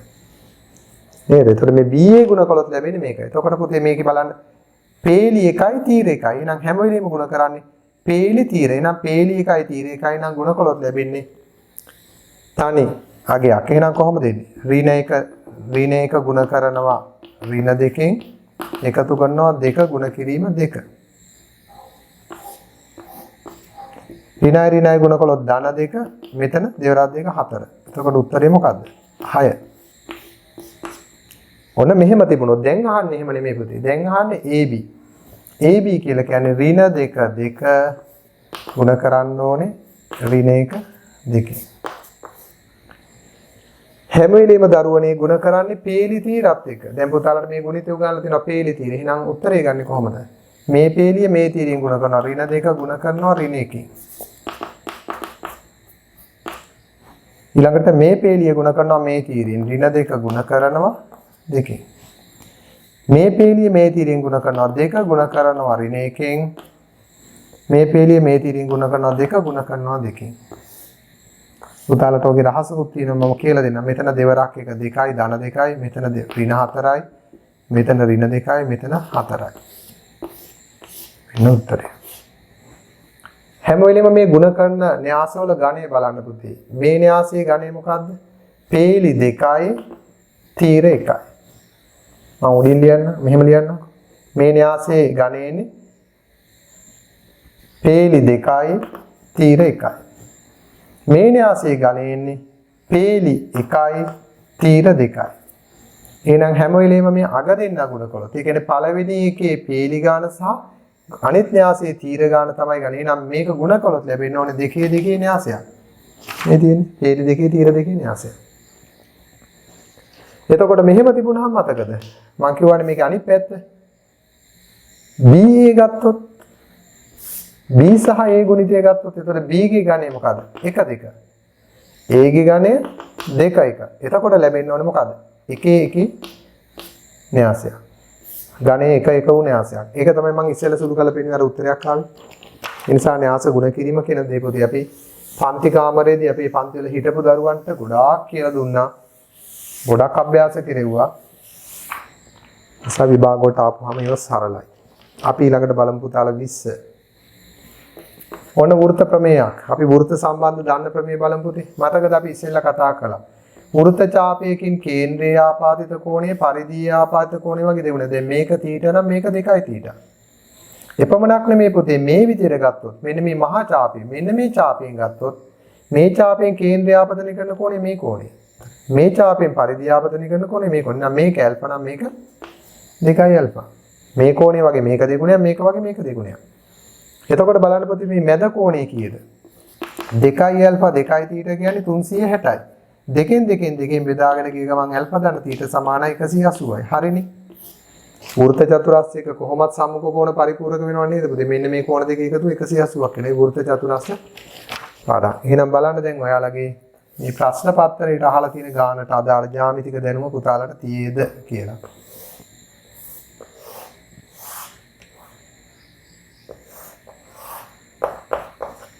මෙතන 110ක්. P O R Q. මෙතනින් අහනවා පුතේ PQR වෘත්තය මත පිහිටලා තියෙන ලක්ෂණ මේ x කෝණයේ අගය කීයද කියලා. මේ x කෝණයේ අගය කීයද කියලා. පුතාලා දන්නවා මෙතන 110යි නම් මෙන්න මේ බාහිර කෝණය මෙතන කෝණය වෙන්න ඕනේ. ඒ වගේ දෙගුණයක් 220ක්. එහෙනම් මේ ලොකු ඡාපයෙන් කේන්ද්‍රය ආපතනය කරන කෝණය පරාවර්ත කෝණය 220යි. පරිධිය ආපතනය කරන කෝණය 110යි නම් පරිධිය ආපතනය කරන කෝණය වගේ දෙගුණයක්. මේක 110 නම් මේක 220යි. එහෙනම් සමීකරණය තමයි පොතේ x ධන 220 සමානයි 360යි. මොකද මේ සම්පූර්ණ කෝණය 360ක් නිසා. එහෙනම් 220ක් ගිහින් අඩු කරන්න. එතකොට 360ෙන් 220ක් අඩු කළා 0.6න් 2ක් 4යි 1යි අංශක 140යි. හරිම සරල ගානක්. පුදුම සරල ගානක්.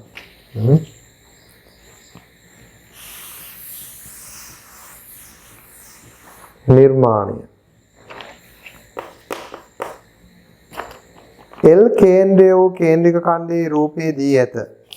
L කේන්ද්‍රය. එතකොට මේකේ කේන්ද්‍රය L. මෙන්න කේන්ද්‍රික ඛණ්ඩයක්. කේන්ද්‍රය L. MN. LM රේඛාවත් LN රේඛාවටත් සමදුරින්. එතකොට පුතේ අචල රේඛා දෙකකට සමදුරින් ගමන් කරන ලක්ෂ්‍යපතේ තමයි එම රේඛා දෙක හමු වන කෝණේ කෝණ සමච්ඡේදකය. පුතාලා දන්නවා ජ්‍යාමිතීය පත 4ක් තියෙනවා. අචල ලක්ෂයකට නියත දුරින් ගමන් කරන ලක්ෂික පතේ වෘත්තයක් නේද?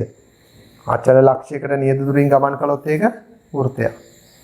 අචල ලක්ෂ දෙකකට නියත දුරින් ගමන් කළොත් කිසියම් ලක්ෂයක් මේ ලක්ෂ දෙක යා කරන රේඛාවේ ලම්බ සමච්ඡේදක. ඒතකොට මේ ලම්බක සමච්ඡේදයේ මත ඉඳන් හැම වෙලෙම මේ ලක්ෂ දෙකට තියෙන දුර සමානයි. එහෙනම් අචල ලක්ෂයට නියත දුරින් නම් වෘත්තයක්, අචල ලක්ෂ දෙකකට නියත දුරින් නම් ලම්බක සමච්ඡේදය. අචල රේඛාවක් ගත්තොත් මේ රේඛාවට සමදුරින් ගමන් කරන ලක්ෂ්‍ය වෙන්නේ මේ රේඛාවට සමාන දුරින් දෙපසින් ගමන් කරන සමාන්තර රේඛාව. සහ ABට සෙන්ටිමීටර් 2ක් දුරින් යනවා නම් ලක්ෂයක්. රේඛාවට සමාන්තරව මේ පැත්තෙන් යන්න පුළුවන්, සමාන්තරව මේ පැත්තෙන් යන්න පුළුවන් සෙන්ටිමීටර් 2ක් දුරින්. එහෙනම් හතරවෙනි පතේ තමයි අචල රේඛා දෙකකට සමදුරින් ගමන් කරන ලක්ෂ්‍ය පතය. රේඛා දෙක හමු වන කෝණේ කෝණ සමච්ඡේදය. එහෙනම් පුතාලගෙන් මෙතන අහන්නේ LM සහ LN රේඛා දෙක සමදුරින් MN ඡාපය මත පිහිටි ලක්ෂ්‍ය. එතකොට මේ ඡාපය මත පිහිටි ලක්ෂ්‍ය. එහෙනම් පුතේ කරන්න ඕනේ මේකේ කෝණ සමච්ඡේදක නිර්මාණය කරන්න. පුතාලට පුළුවන් මේකේ කව කට්ටක් අරන් හරි මෙහෙම නිර්මාණය කරන්න. නැත්නම් නිකන් නිර්මාණය කරලා කෝණේ සමාන බව දෙන්නත් දෙනවා ලකුණු. මෙන්න මේ කෝණ දෙක සමාන වෙන්න ඕනේ. සංකේත දෙකක් ඇතුළට දාන්න නැත්නම් සලකුණු දෙකක් දාන්න වෙනවා. කෝණ සමච්ඡේදකේ මේ කෝණ සමච්ඡේදකේ කියපුවාම මෙන්න මෙතන තමයි පුතේ සමදුරින් පිහිටි ලක්ෂ්‍ය. එතකොට මෙතන මොකුත් කියලා නැහැ.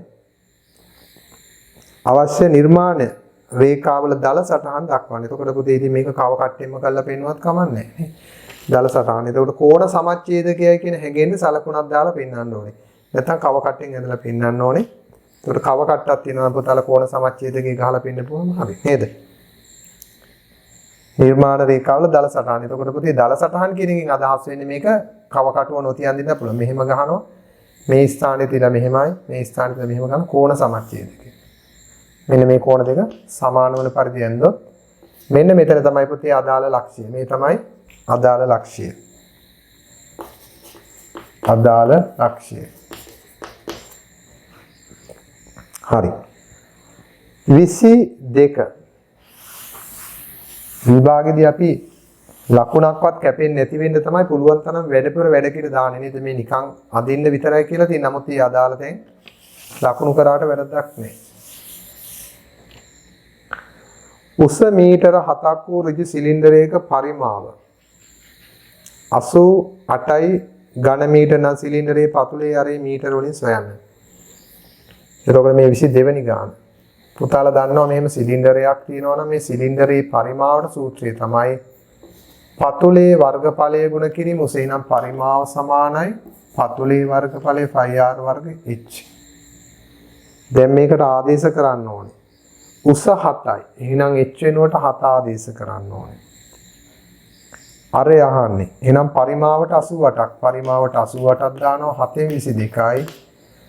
r වර්ගය තමයි හොයන්න ඕනේ h. උස කොච්චරද? මීටර 7යි. 7ට 7 කැපෙනවා. දැන් මේ පැත්තේ r වර්ගය යුක්ත වුණොත් මේ 22කින් බෙදෙනවා. 88 බෙදනවා 22කින්. 88 22කින් බෙදුනහම පුතේ 4යි. ඉතින් r වර්ගයේ 4 නම් දෙපසම වර්ගමූලය ගත්ත ගමන් r සමානයි 2යි. එහෙනම් උත්තරේ තමයි r සමානයි 2යි. මීටර 2යි. මීටර 2ක හරයක් තියෙන්න ඕනේ මේ සිලින්ඩරයට. 23 11 වසරේ පළවෙනිම ජ්‍යාමිතික පාඩම තමයි පුතේ සමාන්තර රේඛා අතර තල රූපවල වර්ගඵලය. එකම ආධාරකය හා එකම සමාන්තර රේඛා අතර කියලා කියන්නේ නේද? මෙහෙම සමාන්තර රේඛා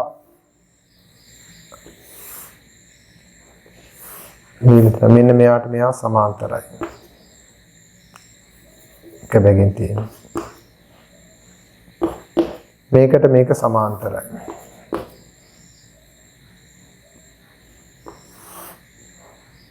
විකර්ණයා කරලා තියෙනවා. ඊට අමතරව මෙන්න මේකට මේක සමාන්තර. ඒතර මෙතන සමාන්තර ආස්ස දෙකක් තියෙනවා.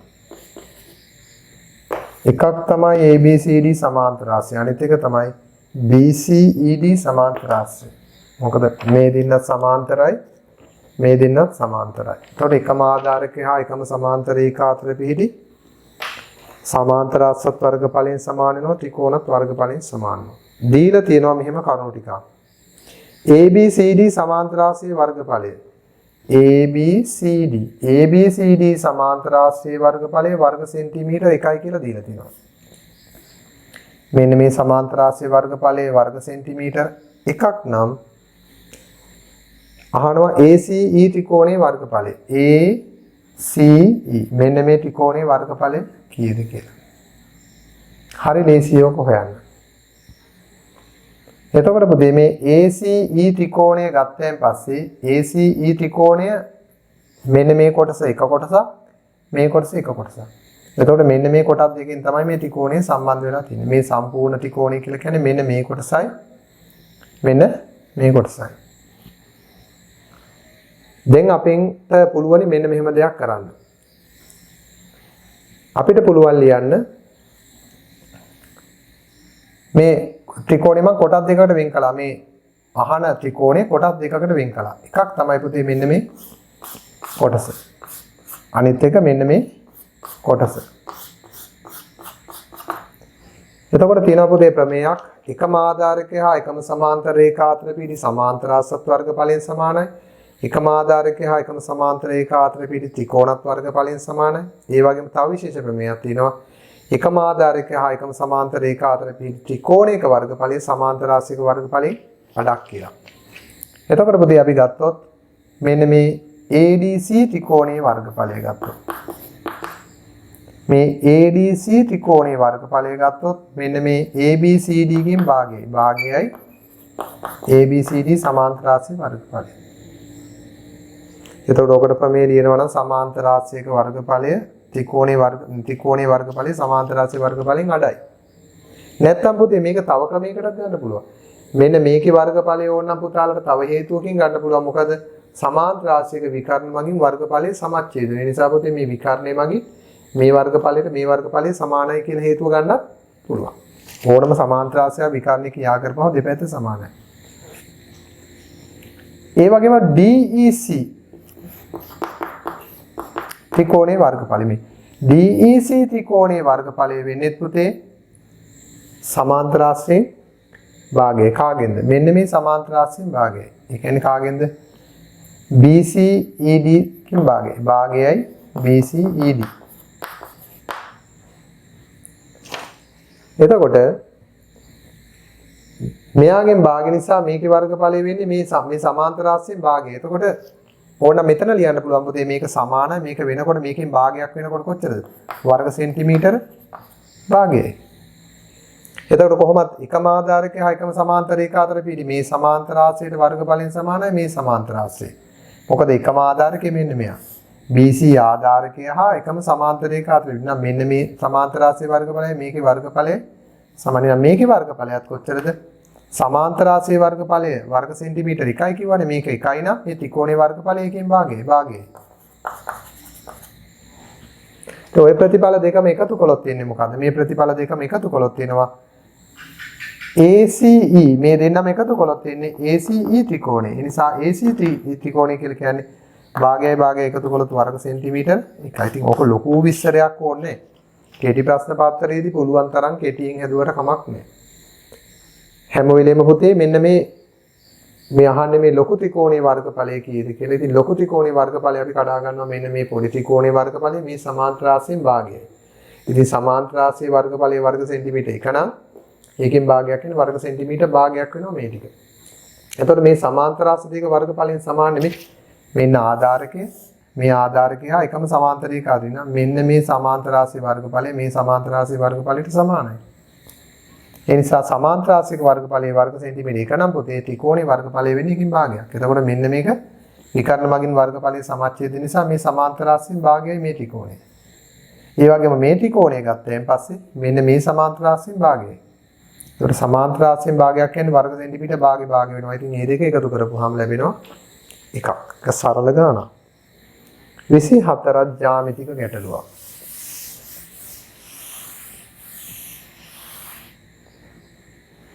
විසිහතර බලන්න පුතේ මෙතනත් අර මං කිව්ව වෘත ප්‍රමේය එනවා. වෘතයක පාදයක් දික් කිරීමෙන් සෑදෙන බාහිර කෝණය අභ්‍යන්තර සම්මුඛ කෝණයට සමාන වෙනවා. එතකොට මේ ප්‍රමේයන් ටික පුතාලා දැනගෙන ඉන්න ඕනේ. මේ බාහිර කෝණය සමාන වන වෘත චතුරස්‍රයේ අභ්‍යන්තර සම්මුඛ කෝණයට. දැන් මෙහෙමනේ පුතේ. පුතාලා ඉගෙනගෙන තියෙනවානේ වෘත චතුරස්‍රයක සම්මුඛ කෝණ පරිපූර්ණකයි කියලා නේද? දැන් මේ AB කියන්නේ සම්මුඛ කෝණ. එහෙනම් මේ දෙන්නගේ එකතුව 180යි. නම් මෙහෙම පාදයක් දික් කළොත් පුතාලා දන්නවා එතකොට මේ දෙන්නගේ එකතුවත් 180යි මේ දෙන්නගේ එකතුවත් 180යි. මම සරල සංඛ්‍යා දාන්නම්. මෙතන 100 නම් මෙතන 80යි. මේ දෙන්න පරිපූර්ණකයි. එහෙනම් මෙතන 100 නම් මෙතන 80යි. මොකද මෙතනත් 180යි පරිපූර්ණකයි. එහෙනම් බාහිර කෝණය අභ්‍යන්තර සම්මුඛ කෝණයට සමාන. එහෙනම් පුතේ මෙන්න මේ බාහිර කෝණය x සමානයි අභ්‍යන්තර සම්මුඛ කෝණය. මෙන්න මේ කෝණයට x සමාන වෙනවා. එහෙනම් පුතේ මෙතන x නම් මෙතනත් යොදා ගන්න පුළුවන් x කියලා. අනිවාර්යයෙන්ම මේ කෝණයට මේ කෝණය සමාන වෙනවා. දීලා තියෙනවා මෙතන අංශක 25යි 35යි කියලා. මේක 25යි මේක 35යි. පුතාලට කෙටි ප්‍රශ්න පත්‍රයේදී මේ ජ්‍යාමිතික තොරතුරු ලකුණු කරන්න පුළුවන්. මෙතන x නම් මෙතනත් x. මොකද බාහිර කෝණය අභ්‍යන්තර සම්මුඛ කෝණයට සමානයි. මේක වෘත්ත චතුරස්‍රයක් නිසා. දැන් එහෙනම් අපි ලියනවා x ධන 25 ධන 35. 180යි ත්‍රිකෝණයේ අභ්‍යන්තර කෝණවල එකතුව. මේකට ලියනවා ත්‍රිකෝණයේ අභ්‍යන්තර කෝණවල එකතුව. 25යි 35යි කියලා කියන්නේ 60යි. දෙපසින්ම 60ක් අඩු කළොත් x සමානයි අංශක 120යි. 120යි. තිබුතේ මේවා ඊටාම ලේසි ගණන්. මේ x හොයන්න පුළුවන් මෙන්න මේ කෝණයට මේ කෝණය සමානයි. ජ්‍යාමිතියේ මුල ඉඳන් සරලව ඉගෙනගෙන ගියානම් පුතාලා මේ අද කතා කරපු ඔක්කොම ප්‍රමේයන් ටික දන්නවා. ඊළඟට බලන්න පුතේ ඛණ්ඩාංග තලයක ඇදලා තියෙන රේඛාවක මේ ලක්ෂ දෙක ඇසුරු කරගෙන අපිට පුළුවන් මේ රේඛාවේ අනුක්‍රමණය ගන්න. මෙන්න මේ AB රේඛාවේ අනුක්‍රමණය ගැන මුලින්ම කියන්න ඕනේ යමක්. මේක පුතේ x අක්ෂයේ ධන දිශාව සමග සාදන්නේ මහා කෝණයක්. එහෙනම් මේක මහා කෝණයක් නම් අනිවාර්යයෙන්ම මේ අනුක්‍රමණයේ ඍණ. මේ අනුක්‍රමණයේ ඍණ. එහෙනම් මේ රේඛාවේ අනුක්‍රමණය විය යුත්තේ ඍණ අගයක්මයි. මේ අනුක්‍රමණයේ විශාලත්වය ගන්න පුළුවන් පුතේ මෙන්න මේ රේඛාවට පහළ. දැන් පුතේ ඕනම රේඛාවක අනුක්‍රමණයක් ගන්නවා නම් මේ රේඛාවෙන් පහළ ඍජු කෝණී ත්‍රිකෝණයක් නිර්මාණය කර ගන්නවා. එතකොට මෙන්න මේ y උස x උසෙන් බෙදපු ගමන් එනවා මේ රේඛාවේ අනුක්‍රමණය. මේ අතර රේඛාව තිබුණත් ඍජු කෝණී ත්‍රිකෝණයක් ගන්නවා. එතකොට මේ y උස x උසෙන් බෙදුව ගමන් අනුක්‍රමණය එනවා. එහෙනම් පුතේ පළවෙනි කාරණාව මහා කෝණයක් සාදන නිසා ධන දිශාවත් එක්ක ඍණ විශාලත්වය තමයි මෙන්න මේ y උස මේ x දුරෙන් බෙදන්න. මොකද මෙතන ත්‍රිකෝණයක් තියෙන නිසා. එහෙනම් මෙතන ඛණ්ඩාංකයේ බිඳුව 3 කියලා කියන්නේ පුතේ මෙතන y පාඨාංකය 3යි. මෙතන ඒකක 3ක් උසයි. මෙතන 2 බිඳුව කියලා කියන්නේ මෙතන 2 බිඳුව කියලා කියන්නේ ඛණ්ඩාංකය අනිවාර්යෙන් මෙතන පාඨාංකය 2යි. එහෙනම් මේ ඒකක 2යි. එහෙනම් පුතේ අනුක්‍රමණය තමයි 3 බෙදීම 2. හොඳ. අනිත් එක තව මෙහෙමත් ගන්න පුළුවන් පුතේ මේ රූප සටහන නැතුව තිබ්බනම් A බිඳුව 3 B ලක්ෂයේ 2 බිඳුව. එතකොට අනුක්‍රමණය ගන්න තව ක්‍රමයක් තියෙනවා පුතේ මොකද්ද? මතකද? y1 ඍණ y2 බෙදීම x1 ඍණ x2. ඒ කියන්නේ y ඛණ්ඩාංකාන්තරය x ඛණ්ඩාංකාන්තරයෙන් බෙදලා ගන්න බෑ. එතකොට y ඛණ්ඩාංකාන්තරය නම් 3ෙන් අඩු කරනවා බිඳුවක්. x ඛණ්ඩාංකාන්තරය නම් බිඳුවෙන් අඩු කරනවා 2ක්. ඒත් එන්නේ පුතේ 3 බෙදීම ඍණ 2. ඒ කියන්නේ ඍණ 3 බෙදීම 2යි කියන එකම තමයි. ක්‍රම දෙකක් තියෙනවා ගන්න. රේඛාවේ අනුක්‍රමණයෙන් ගන්නත් පුළුවන්. එහෙම නැත්නම් ඛණ්ඩාංක වලින් බෙදලා ගන්නත් පුළුවන්. හොඳයි පුතේ ඔන්න අපි කෙටි ප්‍රශ්න පත්‍රයේ ගණන් 25ම සාකච්ඡා කළා. ඉතින් මේවා ඇත්තටම ගණිතය හරියට හදාරපු දරුවෙක් අනිවාර්යෙන් හිතේ තින්න මේ කරුණු ටික දැනන් සිටිනවා. ඒ වගේම පුතේ අපි එහෙමනම් අනිත් B කොටසට අදාළ අනිවාර්ය ගණන් පහ තියෙනවා. මම මේ ගණන් පහත් සාකච්ඡා කරනවා. ඔන්න බලන්න B කොටස. එක ගානකට ලකුණු 10 බැගින් ගණන් පහට ලකුණු 50ක් තියෙනවා පේපර් එකේ. ඔන්න බලන්න මේ ලකුණු 50 පුතාලට අනිවාර්යෙන් 50ම ගන්න. දැනන් ඉන්න ඕනේ පොඩි පොඩි විශේෂ කාරණා ටිකක්. භාග ගානක් අනිවාර්යයෙන්ම පුතේ. ඔන්න භාග ගැටලු සාකච්ඡා කරමු. නිවසක ඇති ජල ටැංකිය සම්පූර්ණයෙන් ජලය පිරී ඇත. ටැංකියෙන් ඇති ජලයෙන් 10න් එකක් ගෙවත්තට ජලය දැමීමටත් 4න් එකක් නෑමටත් භාවිතා කෙරේ. එතකොට පුතේ මෙහෙම මම රූප සටහන දෙන්නේ පුතාලට පැහැදිලි කරන්න. ජල ටැංකියක් තියෙනවා. එතකොට මේක පිරීලා තියෙන්නේ. මෙතෙන්ටම ජලය තියෙනවා. 10න් එකක් ගෙවත්තට ජලය දැමීමට. එතකොට මේකෙන් 10න් එකක් මේ තමයි ගෙවත්තට ජලය දැමීමට තමයි මේ 10න් එකක් ටැංකියකින් 10න් පංගුවයි දවසකට හරි වැය වෙන්නේ. 4න් එකක් නෑමට පාවිච්චි කරනවා. එතකොට මුළු ටැංකියෙන් 4න් පංගුවක්ම නාන්න පාවිච්චි කරනවා. 4න් එකක් නෑමට. ඒ නිසා දැන් ටැංකිය සම්පූර්ණයෙන් පුරවලා තියෙන වෙලාවට ගෙදර කට්ටිය නාපුවාම කාලක් ඉවරයි. ඊළඟට මල් පැල වලට වට ගස් කොළන් වලට වතුර දාපුවාම තව ටැංකියෙන් 10න් එකක් ඉවරයි. එතකොට පුතේ ඔන්න නාණ්ඩයි වතුර දාණ්ඩයි මල් පැල වලට වතුර දාණ්ඩයි නේද? ගෙවත්තට ජලය දාණ්ඩයි නාණ්ඩයි මේ ටික තමයි ටැංකියෙන් හිස් වෙන්නේ. අපි බලමු පළවෙනි එක ගෙවත්තට ජලය දැමීමට සහ නෑමට භාවිතා කරන්නේ ටැංකියේ ඇති ජලයෙන් කවර භාගයක්ද? එහෙනම් පුතේ ওই දෙක එකතු කරනවා. ඒ කියන්නේ 10න් එකක් ගෙවත්තට 4න් එකක් නාන්න. පොදු හරය 20යි. 20ට 10 වරක් 4යි. sorry 20ට 10 වරක් 2යි, දෙවරක් 1 2යි. 20ට 4 වරක් 5යි, 5 වරක් 1 5යි. එහෙමනම් පුතාලා 20න් 7ක්. මුළු ටැංකියෙන් 20න් 7ක් කියන්නේ භාගයට අඩු පිටසක්. එහෙනම් මෙන්න මේ ටික අපිට දැනට ආව පොතේ 20න් 7ක්. ඕන 20න් 7ක් මේ දෙකට ජලය වැය වෙනවා. දෙක.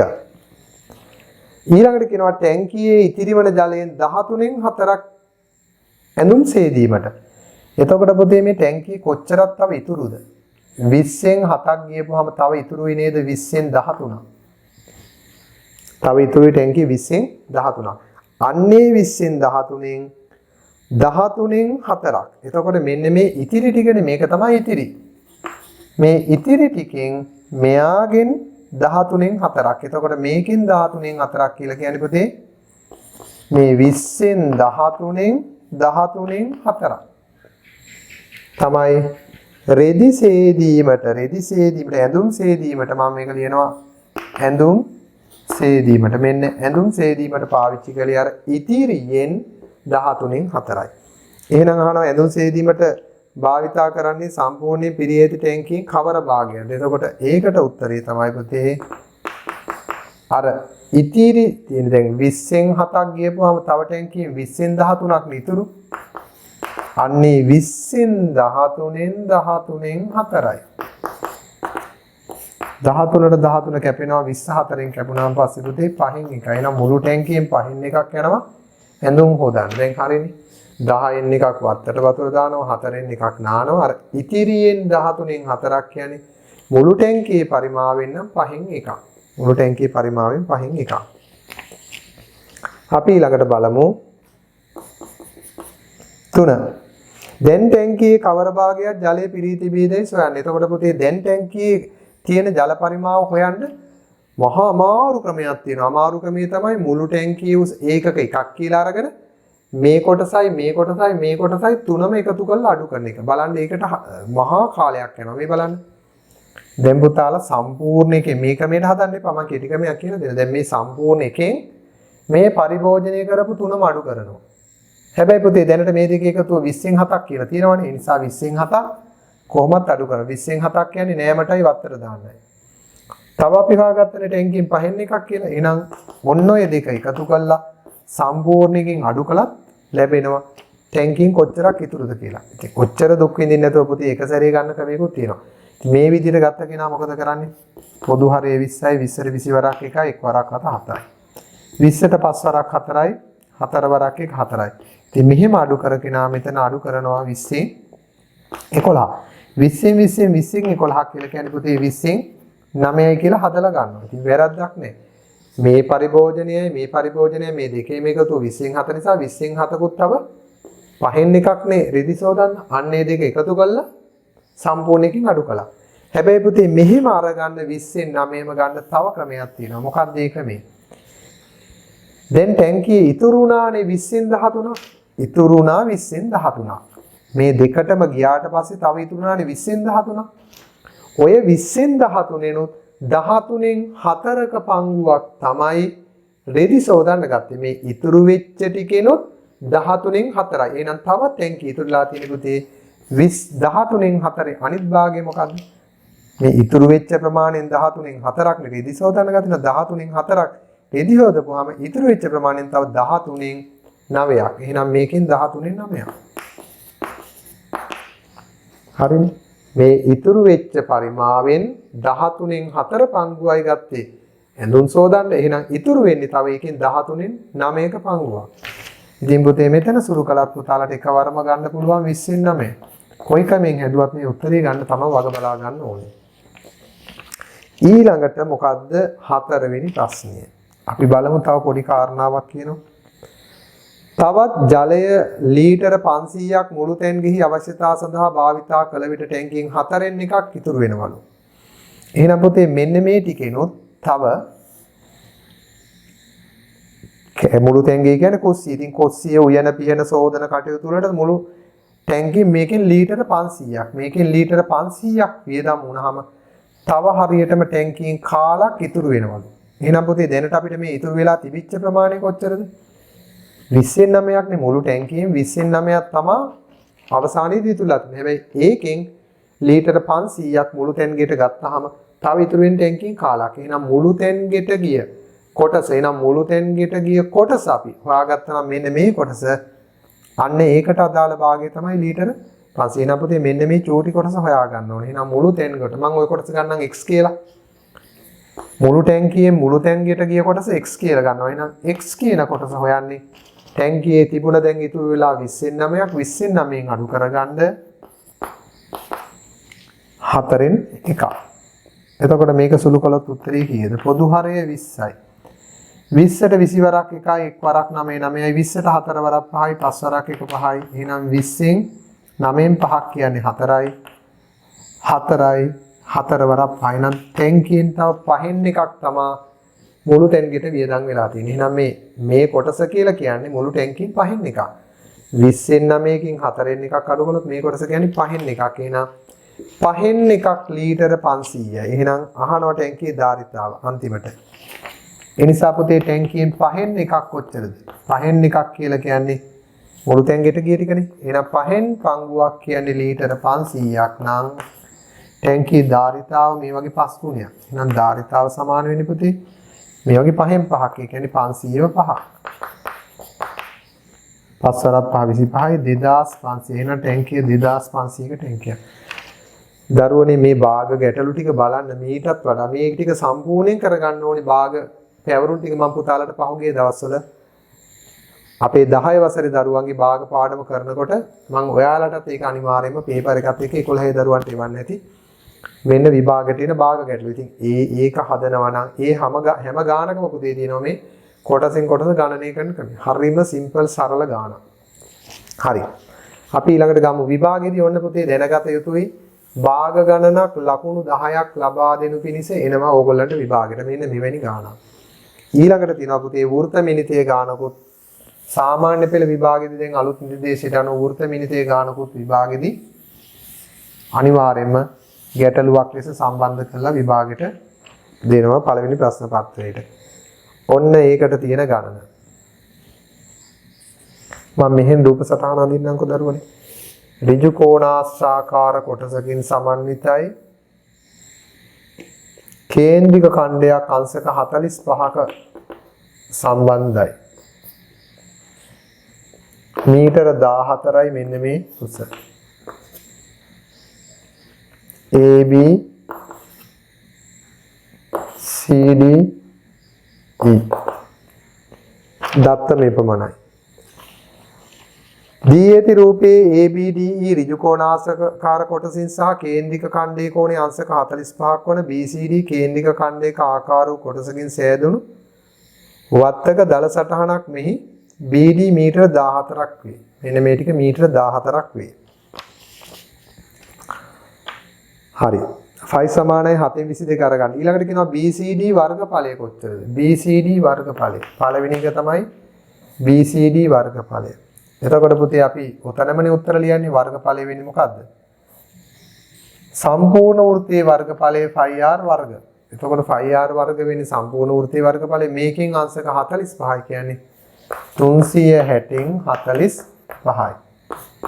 7න් 22යි r කියලා කියන්නේ පුතේ 14 ගුණ කිරීම 14 360න් 45 ඕනනම් සරල කරලා දාන්නත් තිබ්බ පුතේ. සරල නොකර දාන්නත් තිබ්බ. හරි සරල කරලා දාමු ඕන. නැත්නම් මෙහෙම ලියමුකෝ 360න් 45යි. ඕක වෙනම කටුවැට කොලයකට අරගෙන සුළු කරන්න ඕනේ. නැත්නම් පුතාලා මේක පෙන්සලක් අරන් සුළු කරන්න ඕනේ. කෙලින්ම මේක බෙදන්න පුළුවන් පුතේ ඕන 9න් 9. ඕන 45න් බෙදන්නත් පුළුවන්. අපි 9න් බෙදමු 9 වරක් 5යි. 36ට 9 වරක් 4යි 40යි. තව 5 වරක් 1යි 40ට 5 වරක් 8යි. 7 වරක් 1යි 14ට 7 වරක් 2යි. දෙවරක් 1යි 8ට දෙවරක් 4යි. දෙවරක් 7යි. දෙවරක් 2යි. දෙවරක් 1යි දෙවරක් 11යි. 11 වරක් 7 77යි. හැබැයි මෙහෙම කුරුටු ගෑවොත් නම් පුතේ කැතම කැතයි. මේක වර්ග මීටර. ඒ නිසා මේ කුරුටු ගෑම පෑනිල්ල පැන්සලින් කරා නම් ගාන හදලා ඉවුනාට පස්සේ මකණේ අරන් ඒ කුරුටු ටික ඔක්කොම මකලා දාන්න. ඒ කියන්නේ මේ මකණේ මකනකොට පැන්සලින් ලියපු කුරුටු ගී ටික මැකෙනවා. එතකොට ගාන ඉතුරු වෙනවා. ඒ නිසා හැම වෙලේම වෙනම ලියලා සුළු කර ගන්නවා හෝ උතන පැන්සලකින් කටුවැඩ කළාට කමක් නැත. වර්ග මීටර 77ක් වෙනවා මෙන්න මේ කොටස. දෙවනුවට කියනවා ABDE කොටසේ වර්ගඵලය BCD කොටසේ වර්ගඵලය මෙන් 4 ගුණයක්. මෙයා වගේ මෙයා 4 ගුණයක්. එහෙනම් පුතේ ABDE වර්ගඵලය වෙන්න ඕනේ 77 වගේ 4 ගුණයක්. අහනවා AB දිග කොච්චරද කියලා. එහෙනම් පුතේ AB දිග ගුණ කිරීම පළල 14නේ. එහෙනම් මේ AB දිග ගුණ කිරීම පළල දිගයි පළලයි ගුණ කළොත් ලැබෙන්න ඕනේ මේකේ වර්ගඵලය. නම් මේකේ වර්ගඵලය මෙයා වගේ 4 ගුණයක්. එහෙනම් 77 වගේ 4 ගුණයක්.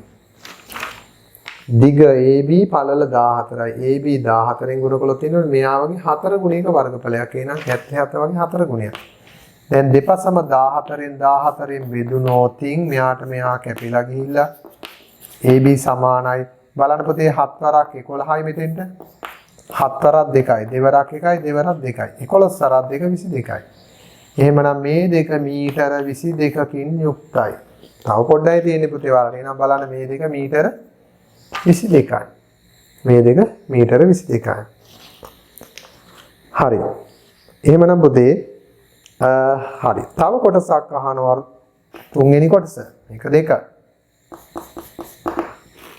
තුන්වෙනි කොටස CD චාපයේ දිග සොයන්න. එතකොට පුතේ CD කියන කොටසේ චාප දිග වෙන්න ඕනේ සම්පූර්ණ වෘත්තයේ 2πr 2πr ගෙන් අංශක 45ක් කියලා කියන්නේ 360න් 45යි. 2 7න් 22 අරය වෙන්නේ 14 ගුණ කිරීම 360න් 45 කියන්නේ ඇත්තටම සරල කළොත් සරල කළා උතෙන්ට දාන්න පුළුවන් පුතේ. දැන් 360කින් 45 කියලා කියන්නේ අර කිව්ව විදිහට 5 වරක් 9 වරක් නම් 5යි 9 වරක් නම් 4යි 4යි 5 වරක් 1යි 8යි 8යි. සාමාන්‍ය පුතාලා දන්නවනේ අර මෙහෙම ගත්තාම මේක 8කට බෙදෙන්නේ. 45 45 බෙදුණා කොටස් 8 වෙනවා. මුළු වෘත්තයෙන් 8න් එකක්. 7 වරක් 1යි 14ට 2යි. දෙවරක් 1යි දෙවරක් 4යි. දෙවරක් 1යි දෙවරක් 2යි. දෙවරක් 1යි 11යි. මීටර 11යි. නිවැරදිව සුළු කරගන්න වෙනම කටුවැඩ කරලා. එහෙනම් පුතේ මෙන්න මේ කොටස මීටර 11යි. දැන් අහනවා වත්තේ පරිමිතිය. එහෙනම් වත්තේ පරිමිතිය කියන්නේ පුතේ රෝමි ඉලක්කම් 4 පරිමිතියට පුතාලා එකතු කරන්න ඕනේ මේ වටේම දිග. එහෙනම් අපි බලමු පරිමිතියට එකතු කරන්න ගමු. මේ පැත්ත 22යි නම් මේ පැත්තත් 22යි. එහෙනම් පුතේ 22ව 2යි. 22ව 2යි. මේක 14යි මේකත් 14යි. 14ව 2යි. ඕන මෙහෙම ලියන්න පුළුවන් පුතේ අපිට ඕන. අර පොඩි ළමයි වගේ ලියන්න නැතුව 22 පාද දෙකක් තියෙනවා. මේ දෙකම 22ව 2යි. එතකොට මෙයත් හරි මෙයත් හරි. මේ පැත්ත 14යිනේ 14 නිසා මේකත් 14. එහෙනම් 14ව 2යි. ඊට අමතරව 11. මෙන්න මේ ටික 11යි. ඔන්න වත්තේ පරිමිතිය. මීටර 22යි මීටර 22යි. එතකොට මේ දෙපැත්ත අහු වුණා. මීටර 14යි මීටර 14. එතකොට මේ දෙපැත්තත් අහු වුණා. මෙන්න මේ ටික මීටර 11යි නම් ওই ටික ඔක්කොම එකතු කළොත් එනවා පුතේ පරිමිතිය. මෙතන මීටර 44යි. මෙතන මීටර 28යි. මෙතන 11යි. බලන්න පුතේ 44යි 28යි 11යි කියන්නේ 8යි 4යි 12යි 1යි 13න් 3 එකක් ඉතුරුයි. 4 1යි 5යි 2යි 7යි 1යි 8යි. මීටර 83යි. ඒ නිසා පුතාලට මේක ගණනය කරගන්න ඉතාම ලේසි. අවශ්‍ය සුළු කිරීම හරියට කරගන්න. චූටි ගානක් පුතේ. හරිම සරල ගානක්. හොඳයි. තව එහෙමනම් තියෙනවා පොඩි ගණන් කොටස් 3ක්.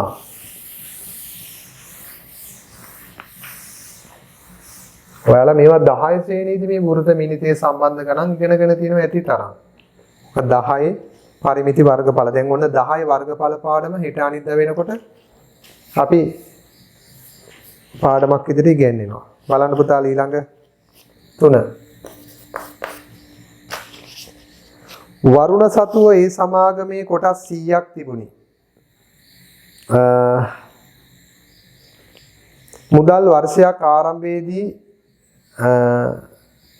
ඔහු එම කොටස් වලින් කොටස් 40ක් කොටසක් රුපියල් 210 බැගින් විකුණුවේ. එතකොට වරුණ සතුව ඒ සමාගමේ ඔක්කොම කොටස් තිබුණේ 100ක් පුතේ. කොටස් 100ක් තිබුණා. 40ක් 210 බැගින් විකුණනවා. එතකොට මේකෙන් එයා මොකද කරන්නේ? 40ක් විකුණනවා. 40ක් විකුණනවා 210 බැගින්. කොටස් වලින් 40ක් 210 බැගින් මේ 100න් 40ක් එයා 210 බැගින් විකුණනවා. පළවෙනි ප්‍රශ්නේ තමයි ඒ සමාගමේ කොටස් 40 විකිණීමෙන් වන්නට ලැබුණු මුදල කොච්චරද? එහෙනම් පුතේ එයා විකුණන්නේ 210 බැගින්. 210 බැගින් කොටස් 40ක් විකුණනවා. එතකොට පුතේ ලැබිච්ච මුදල තමයි 0.2 අගට දාමු. 4න් ගුණ කළොත් 4 වරක් 1 4යි 4 වරක් 2 8යි. 8400යි. එයා එතකොට මේ කොටස් 100ම විකිනේ කොටස් 40ක් වික්කා 210 බැගින්. ඒ සමාගමේ කොටස් 40 විකිණීමෙන් ලැබුණු මුළු මුදල යොදාගෙන එම මුදල් වර්ෂයේ ආරම්භයේදීම වරුණ කොටසක් රුපියල් 240 බැගින් වෙන B සමාගමක කොටස් යම් ප්‍රමාණයක් මිලදී ගත්තේය.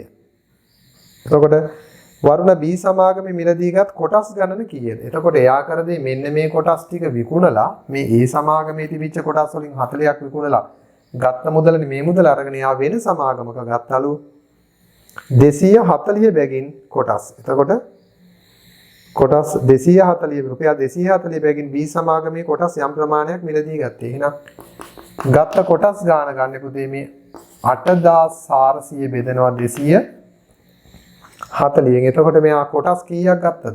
මේ කොටස් 40 විකුණලා ගත්ත මුළු මුදලම යොදලා එයා තව සමාගමක ගත්තා රුපියල් 240 බැගින් කොටස්. එහෙනම් පුතේ ඔක වෙනම සුළු කරගමු. බිංදුවට බිංදුව කැපෙනවා. 12 වරක් 2 24යි 84ට 12 වරක් 7යි 70. 70 දෙකට බෙදුනොත් 35යි. එහෙමනම් ඔහු අරගෙන තියෙන්නේ කොටස් 35ක් නේද? කොටස් 35ක්. ඔහු මිලදීගත් කොටස් ගණන කියන්නේ 35ක්. එතකොට මෙන්න මෙයා මේක අරගෙන ගිහිල්ලා වෙනම B කියලා සමාගමක අරගන්නවා කොටස් 35ක්. කොටස් 35ක් මිලදී ගන්නවා. කී බැගින්ද? 240 බැගින්. මෙයා මේ 35 මිලදී ගත්තේ රුපියල් 240 බැගින්. හරි. ඊළඟට යමු ඉදිරියට. මුදල් වර්ෂ අවසානයේදී ලාභාංශ ලෙස A සමාගමේ කොටසකට රුපියල් 15 බැගින්ද ගෙවන ලද අතර B සමාගමේ කොටසකට රුපියල් 18 බැගින්ද ගෙවන ලදී. AB සමාගම් වලින් ඔහුට ලැබුණු ලාභාංශ ආදායම වසර අවසානයේ යාට පුතේ A සමාගමෙන් හම්බෙන්නේ කොටසකට මේ A සමාගමේ කොටසකට දෙන්නේ ලාභාංශය කොච්චරද? රුපියල් 15යි. එයාට B සමාගමේ කොටසකට රුපියල් 18. එහෙනම් B සමාගමේ කොටසකට හම්බෙන්නේ රුපියල් 18. එහෙනම් වසර අවසානයේ එයාට ලැබෙන ලාභාංශ ආදායම කොච්චරද කියලා අහනවා. එහෙනම් අපි බලමු ලාභාංශ ආදායම. A සමාගමේ තියෙන පුතේ කොටස් 40ක් වික්කට පස්සේ තව ඉතුරු කොටස් 60යිනේ. මේකෙන් තව ඉතුරු වෙන්නේ කොටස් 40ක් ගියාට පස්සේ 60යිනේ. එහෙනම් A සමාගමේ ඉතුරු කරගත්තේ මෙයා කොටස් 60යි. එහෙනම් ඒ 60ටම හම්බ වෙනවා 15 බැගින්. රුපියල් 15 බැගින් කොටස් 60කට. මොකද එයා 100ක් තිබුණා 40ක් වික්ක නිසා දැන් මේකේ ඉතුරු කොටස් 60යි. අන්නේ 60ට හම්බෙන්නේ එකකට 15 බැගින්. එතකොට එයා මේ කොටස් ටික විකුණලා B සමාගමේ අරන් තියෙන කොටස් 35යි. එතකොට එතන අරන් තියෙන කොටස් 35යි. ඒ කොටසකට රුපියල් 18 බැගින් ගෙවනවා කොටස් 35ට. හරිනේ පුතේ? කොටස් 100න් මෙතන ඉතුරුනේ කොටස් 60යි 15 බැගින් ගෙවනවා ඒ සමාගමේ කොටස් 60ට. අලුත් සමාගමේ අරගත්තේ කොටස් අර 40ම විකුණලා අරගත්තේ කොටස් 35යිනේ. එකකට 18 බැගින් 35ටම ගෙවනවා. එහෙනම් පුතේ මෙන්න මේක තමයි යාගේ ලාභාංශ ආදායම. 0.6 වරක් 5 30 0.3යි 6ක් 6 3 9යි 900යි. 18 35න් දීර්ඝ ගුණ කිරීමෙන් ගුණ කරමු පුතේ. 5 40යි 4යි 5 5 4යි 9යි 3 24යි 2ක් ඉතුරුයි 3 1 3යි 2යි 5යි බිඳුවයි 630යි. එහෙනම් මේ දෙකම එකතු කරපුවාම එනවා සමාගම් දෙකෙන් 0.3යි 9යි 15යි රුපියල් 1530ක ලාභාංශ ආදායමක් එනවා. හරි. හරිම සරල ගාණක් පුතේ. ඊළඟට මොකද්ද වෙන්නේ බලන්න. අවසාන ගාණ රොමිලකම් 4. ඒ සමාගමේ සියලුම කොටස් තමා ළඟ තබා නොගෙන එම සමාගමේ කොටස් 40ක් විකුණා B සමාගමේ කොටස් මිලදී ගැනීම නිසා මුදල් වර්ෂයේ අවසානයේදී ඔහුට ලැබෙන අමතර ලාභාංශ ආදායම සොයන. එතකොට ඇත්තටම මේක යාට අමතර ලාභයක් වුණාලු. ඒ කියන්නේ මෙයා මේ ටිකක් විකුණලා ගිහිල්ලා B සමාගමේ ගත් එක නිසා ඒක එයාට පොඩි වාසියක් වුණාලු. ඒ වාසිය අපි මොකක්ද කියලා හොයලා බලමු. හරි. කෙසේ වෙතත් පුතේ දැන් සමාගම් දෙකෙන්ම වසර අවසානයේ ඔහුට ලැබිච්ච ලාභාංශ ආදායම 1530යි. හැබැයි එයා මේ තීරණය ගන්න නැතුව ඒ සමාගමේ විතරක් හිටියානම් ඒ සමාගමෙන් කොච්චරද හම්බෙන්නේ? ඒ සමාගමෙන් එයාට හම්බෙන්නේ කොටසකට 15 බැගින් මේ කොටස් 100ට හම්බ වෙනවා මුදලක්. එහෙනම් එයා ඒ සමාගමේ විතරක් හිටියානම් හම්බ වෙනවා කීයද? රුපියල් 1500ක් වසර අවසානයේ. මෙයා මෙහෙම තීරණයක් අරගෙන B සමාගමට ගිහිල්ලා කොටස් මිලදී ගත්තේ නැත්නම් එයා ඒ සමාගමේම මේ කොටස් 100 තියාගෙන හැදුවනම් හිටියානම් 15 බැගින් 100ට හම්බ වෙනවා 1500ක්. නමුත් එයා B සමාගමටත් ගිය නිසා සමාගම් දෙකෙන්ම අවසානයේ 1530ක්. එතකොට බලන්න පුතේ. මේ සමාගමේම හිටියනම් එයාට හම්බෙන්නේ 1500යි. එයා අනිත් සමාගමටත් යම් තරමක් ආයෝජනය කරපු නිසා එයා 1530ක්. එතකොට කියනවා අමතර ලාභාංශ ආදායම. එහෙනම් අමතර ආදායම මොකද්ද? අමතර ආදායම මේ 1530න් අඩු කරගන්න 1500ක් මහා ලොකු ආදායමක් නෙමෙයි පුතේ රුපියල් 30යි නේද? අමතර රුපියල් 30ක ලාභයක් විතර යාට ලැබිලා තියෙනවා. අමතර 30ක් හරියට මෙහෙමයි පුතේ අපි අර එක බැංකුව ගිණුමක බැංකුවක මුදල් තියෙනවා. අපි ඒකෙම තියන්නේ නැතුව ඒකෙන් පොඩි කොටසක් අරන් ගිහින් වෙන බැංකුවක දානවා. අපි හිතුව මෙහෙම දැන් රුපියල් 50000ක් එක බැංකුවක තියෙනවා. ඉතින් ඕක 50000ම තියාගෙන ඔහොම හිටියන වසර අවසානයේ අපිට පොඩි පොලියක් එනවා. අපි ඒකෙන් රුපියල් 10000ක් විතර අරන් ගිහින් වෙන බැංකුවක දානවා. දැම්මට පස්සේ මොකක් හරි දාන්නේ පොලිය වැඩි නිසා වෙන්න පුළුවන්. එහෙම දාපුවාම එතකොට අර ඉතුරු මුදලටත් අර බැංකුවේ පොලියක් හම්බ වෙනවා. අර අලුතෙන් දාපු මුදලටත් අලුතෙන් දාපු බැංකුවෙනුත් හම්බ වෙනවා. මේ දෙකම එකතු කරපුවාම ලැබෙන මුදල තමයි මේ. ඉතින් බලපුවම චූටි වැඩිවීමක් වෙලා තියෙනවා. ඉතින් මේ අරන් තියෙන පොඩි හොඳ තීරණයක්. මොකද චුට්ටක් හරි උද්දම නැති වැඩි වෙලා තියෙනවනේ පොතේ නේද? ඒ නිසා හරි. මේ වගේ ආයෝජනය කරද්දී උනත් තමයි වාසි දෙයට තමයි පොතේ මුදල් ආයෝජනය කරන්නේ. කවුරු හරි කෙනෙක්ගේ අතේ මුදලක් තියෙනකොට ඔයාලා කොහෙද ඔක තැන්පත් කරන්න කිව්වම අපි බැංකුව පස්සේ ගිහින් දුවලා බලනවා කොයි බැංකුවේද 100ට එකක් හරි කමන්නේ වැඩියෙන් මුදල් දෙන්නේ. එක බැංකුවක ගියොත් පොලිය 100ට 7යි කියලා අනිත් බැංකුවට ගිහින් බලනවා ඒකේද. එයා කිව්ව 100ට 8යි කියලා. තව එකකට ගිහිල්ලා බලනවා චුට්ටක් හරි වැඩි පොලියක් දෙන තැනකට තමයි අපි ආයෝජනය කරන්නේ. සමාගම් වලත් ඒ වගේ තමයි. හරි. එසේනම් දරුවනේ අපි තව මේ ඔක්කොම තියරි උගන්වපුවානේ පුතේ මේව අපි පාඩමක් ලෙස උගන්වද්දී කොච්චර ඔයාලගේ ඔළුවට සාර්ථකව ඒවා දාලා තියෙනවද? ඒ නිසා විභාගයක් ඉදිරියේදී කිසිම අපහසුාවක් ඇති වෙන්න බෑ අපේ දරුවෝ ටික. හරි. එහෙනම් පුතේ ඔන්න ඊළඟ ගාන 4. සරලම ගාන වටප්‍රස්ථාර 4 5 තව ගණන් දෙකයි.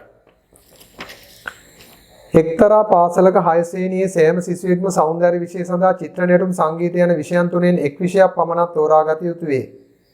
සිසුන් මෙම විෂයන් තෝරාගත් ආකාරය පහත දැක්වේ. එහෙනම් ඔන්න චිත්‍ර නැටුම් සංගීත විදියට ළමයි තෝරාගෙන තියෙන ආකාරය චිත්‍රවලට ටිකයි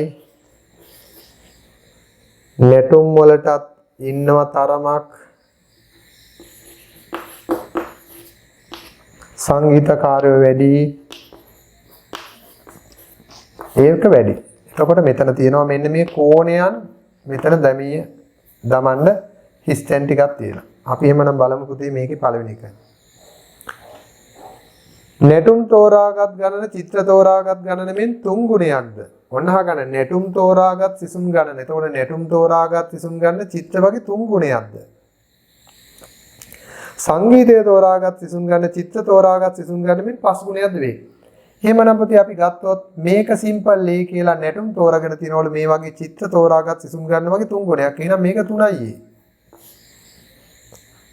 සංගීත තෝරාගෙන තියෙන සිසුන් ගන්න චිත්‍ර තෝරාගත් සිසුන් ගන්න මේ 5 ගුණයක්. එහෙනම් මේ වගේ 5 ගුණ. එහෙනම් මේක 5යි. එහෙනම් පුතේ අපිට මේක 1ට 3ට 5 අනුපාතයට 360ට බෙදන්නත් පුළුවන්. එහෙම නැත්නම් පුතේ A3යි A5යි කියලා අරගෙන සමීකරණ විසඳන්න පුළුවන්. A3යි A5යි A සමානයි 360. 5 3 8 9. 9යි A සමානයි 360 නම් දෙපසම 9න් 9න් බෙදුනොත් අංශක 40ක්. A කියන්නේ 40ක්. එහෙනම් පුතේ මේ කෝණයේ විශාලත්වය අංශක 40යි. මේක 40ව 3 4 වරක් 3 12යි අංශක 120යි. මේක 40ව 5ක් 4 වරක් 5 20යි අංශක 200යි. මේ ටික එකතු කරපුවම 360ක් හැදෙනවා. හරිම සරලයි. ඔන්න එක හරි. රූප සටහනේ මේ ටික ඇතුළත් කරන්න තියෙන්නේ. එහෙනම් බලන්න චිත්‍ර තෝරාගත් සිසුන් ගන්න මුළු සිසුන් ගන්නෙන් භාගයක් ලෙස ලියන්න. ඒකට උත්තරේ නැතුව අපි මේ ලියන්නේ. එහෙනම් පොතේ මුල් එකට රෝම ඉලක්කම් 1ට මේක අපි දැන් හැදුවානේ පළවෙනි එකට යමු. මොකද්ද කියන්නේ? චිත්‍ර තෝරාගත් සිසුන් ගන්න මුළු සිසුන් ගන්නෙන් භාගයක් ලෙස. එතකොට පොතේ ඔක්කොම කට්ටිය මෙතන 9යි එහෙනම් මේකයි. එහෙනම් 9යි එකෙන් ඒ කියන්නේ කොච්චරද? 9න් 1යි. මුළු ශිෂ්‍ය ප්‍රමාණයෙන් 9න් පංගුවයි චිත්‍ර තෝරගෙන තියෙන්නේ. මෙයාවගේ 3 ගුණයක් මෙතන ඉන්නවා. මෙයාවගේ 5 ගුණයක් මෙතන ඉන්නවා. 5යි 3යි 8යි මෙයයි ඔක්කොම 9යි. මුළු සිසුන්ගෙන් 9න් පංගුවක් චිත්‍ර තෝරාගෙන සිටී. ඔන්න අපි උත්තරේ ගත්තා. 2. විෂයන් තුනට අදාළ අනුරූප කේන්ද්‍රික ඛණ්ඩවල එක් එක් කෝණේ විශාලත්වය ගණනය කර ඒවා දී ඇති විට ප්‍රස්ථාරය තුල අදාළ තිත්තිර මත ලියා දක්වන්න. එහෙනම් මේක තමයි පුතේ රෝම ඉලක්කම් 2 මම ඒක මාරු කරලා ලිව්වේ. එතකොට මේ කොටස මෙතෙන්ට එන්න ඕනේ දරුවනේ රෝම ඉලක්කම් 2ට.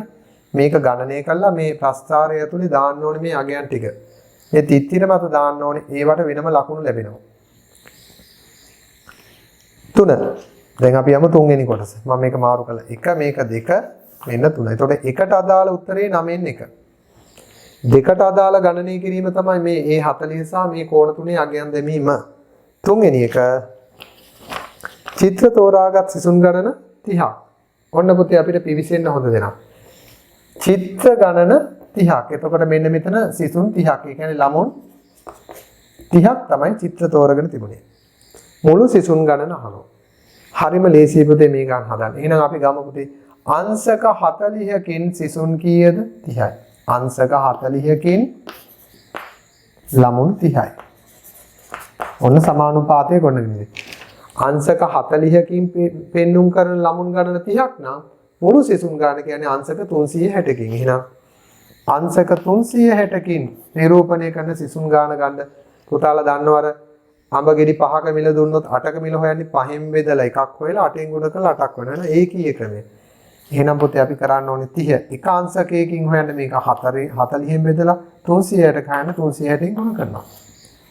අර එකකට සොයා සෙවීම අංශක 40ට මෙච්චර නම් අංශක 360ට වෙන්නේ 40න් බෙදලා 360න් ගුණ කරනවා. ඕක සුළුනහම උත්තරේ එනවා පුතේ බිඳුවට බිඳුවයි 4 වරක් එකයි 36ට 4 වරක් 9යි 90යි 9 වරක් 27යි 270. එහෙනම් උත්තරේ තමයි ළමුන් 270යි. මුළු පාසලේ ළමුන් 270ක් ඉඳලා තියෙනවා. ඊළඟ 4 වෙනි ප්‍රශ්නේ බලන්න. සති දෙකකට පසුව සංගීත තෝරාගත් සිසුන් 15 දෙනෙක් ඔවුන් විෂය චිත්‍රවලට මාරු කරගත්ත. ඕන දැන් සංගීත වලින් කට්ටියක් චිත්‍රවලට පෙන්නා. පැන්නේ ළමයි 15 දෙනෙක්. දැන් ඉස්කෝලේ වල ඔහොම පෙනින් තියෙනවනේ නේද? ඉන්න ගුරුවරයා අනුව හරි මොකක් හරි හේතුව නිසා හරි කියනවා අනේ මට සංගීත බෑ මං යනවා චිත්‍රවලට. 15 දෙනෙක් පැන්න චිත්‍රවලට. එතකොට පුතේ චිත්‍ර කරන ළමයි ගාන දැන් කීයද? කලින් හිටියේ පන්තියේ ළමයි 30යි පාසලේ චිත්‍ර විෂයට 6 වෙනි 30යි. දැන් සංගීතයෙන් අලුතෙන් 15 දෙනෙක් මේකට පැන්නා. එතකොට පුතේ මුළු ළමයි 270 වෙනසක් වුණේ නෑනේ. ඒ 270 නියතයක්. ඒ 270 එහෙමම හිටියා. හැබැයි මේකෙන් මේකට පැන්නා කියන්නේ දැන් චිත්‍ර 30යි 15යි 45යි. එහෙනම් අහනවා දැන් කේන්ද්‍රික ඛණ්ඩයේ කෝණය. දැන් චිත්‍ර වලට දැන් කේන්ද්‍රික ඛණ්ඩයේ කෝණය කීයක් වන ලෙස ඇඳිය යුතුද? එහෙනම් අපි ගන්න පුතේ ළමයි 270න් චිත්‍රවලට සිටින පංගුව දැන් 30ක් හිටියා. අලුතෙන් 15ක් පැන්න 30යි 15යි කීයද? 45. එහෙනම් 270කින් 45ක් කියන පංගුව. එහෙනම් මුළු කේන්ද්‍රික ඛණ්ඩයේ කෝණයේ අංශක 360 නම් අපි බලනවා 360කින් මෙච්චර පංගුවක්. අංශක 360කින් මෙන්න මේ වගේ පංගුවක් තමයි දැන් චිත්‍ර වලට අලුතෙන් එන්නේ. 360කින් 270න් මෙතන කෝණයේ අංශක 60ක් කළා. තව ක්‍රමයක් තියෙනවා පුතේ. ඒ තමයි අංශක 15ට කෝණය කොච්චරද කියලා හොයලා මේ 40ට ඒ කෝණය එකතු කරනවා. ඒ කියන්නේ අංශක 15 ළමයි 15 දෙනෙකුට අංශක කීයක් එනවද කියලා හොයනවා. ළමයි 15 දෙනා වෙනුවෙන් අංශක කීයක් අලුතෙන් දෙනවද කියලා අරගෙන මේ 40ට ඒ 20 එකතු කරලා 60 ගන්න පුළුවන්. නමුත් පුතේ මේක තමයි ලේසිම කරන්නේ. හරි. එහෙනම් පුතේ තාම සරලයි මේ ගණන්. ඉතින් විභාගෙදී අපි දැන් ප්‍රශ්න පත්‍ර 10ක විතර ඉලක්කයකට මේ හඹා යන්නේ. එතකොට ඒ යන ගමනේදී අපේ පරමාර්ථ කිහිපයක් තියෙනවා. එකක් තමයි හැම දරුවෙක්ම අඩුම ගානේ නේද මේවා නරඹන දරුවෝ අඩුම ගානේ සම්මානයකටවත් ගෙනේම. ඒ වගේම අපේ පන්තිවල සහභාගී වෙච්ච දරුවෝ නම් අනිවාර්යයෙන්ම ඒ සාමාර්ථයක් පහසුවෙන්ම ළඟා කර ගැනීම. ඉතින් මේ දැනුම ඒ දරුවන්ට තියෙනවා. ඒ නිසා හැම දරුවෙක්ම මේ මූලික સિદ્ધාන්ත ටික මේවෙන් ඉගෙන ගන්න බලන්න. හොඳයි ඔන්න බලන්න පුතේ කොටු දැලක ලකුණු කරපු සම්භාවිතාව ගානක් තියෙනවා. අපි සම්භාවිතාව ගානට යමු. මෙතනින් අවසන්නේ. හැඩයෙන් සමානයෙන් සරසම බල්බ 5ක් පෙට්ටියක ඇත. මේව බල්බ වලින් දෙකක් පිලිස්සුණු බල්බ වේ. දැන් අපි හිතමු බල්බ් පෙට්ටියක් තියෙනවා. පුතේ ඕකේ පිච්චිච්ච බල්බ් දෙකක් තියෙනවා. ඒ කියන්නේ ගහලගේ පිච්චිච්ච බල්බ් කියන්නේ වැඩ කරන්නේ නැති අක්‍රීය වෙච්ච බල්බ් දෙකක් තියෙනවා. ඉතුරු ඒවා හොඳ බල්බ්. දැන් බලපු ගමන් බල්බ් එක දිහා කියන්න බෑ.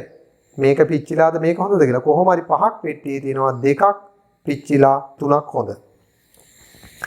පෙට්ටියෙන් අහඹ ලෙස බල්බයක් ඉවතටගෙන එය පරීක්ෂා කර නැවතීම බල්බේ පෙට්ටියට නොදමා තව බල්බයක් අහඹ ලෙස පෙට්ටියෙන් ඉවතට ගන්නවා. දැන් එකක් අරගෙන හෝල්ඩරයකට හයි කරලා බලනවා පත් වෙනවද නැද්ද කියලා.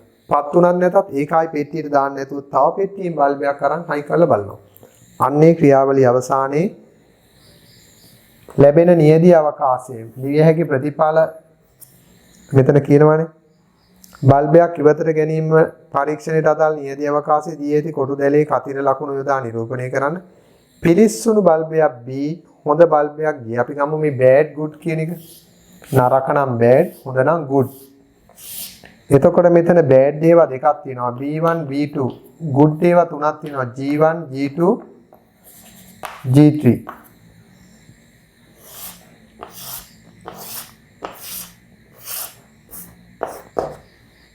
නරක ඒවා දෙකයි B1 B2 bad 1 bad 2 good G1 G2 G3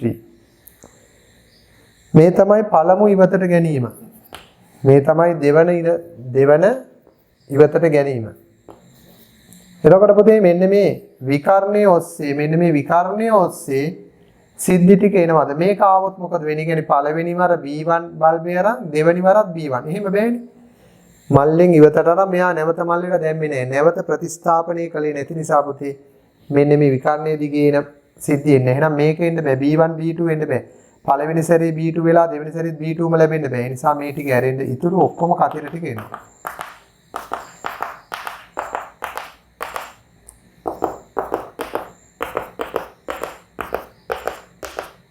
හරි. ඔන්න ඔය ටික එනවා පුතේ. කතිර ටික හරියට ලකුණු කර ගන්න ඕනේ. පුතාලා මේ සියලුම කතිර ටික ලකුණු කළොත් මේ මැද ඊට දිගේ ඉරේසර් එකේ මකන්න ඕනේ. මේක වෙන්නේ මේක මකන්න ඕනේ. පළවෙනි එක වෙන්න කළා පුතේ. එතකොට රුක් සටහන් මේ එකේ ලකුණු කළා දෙක.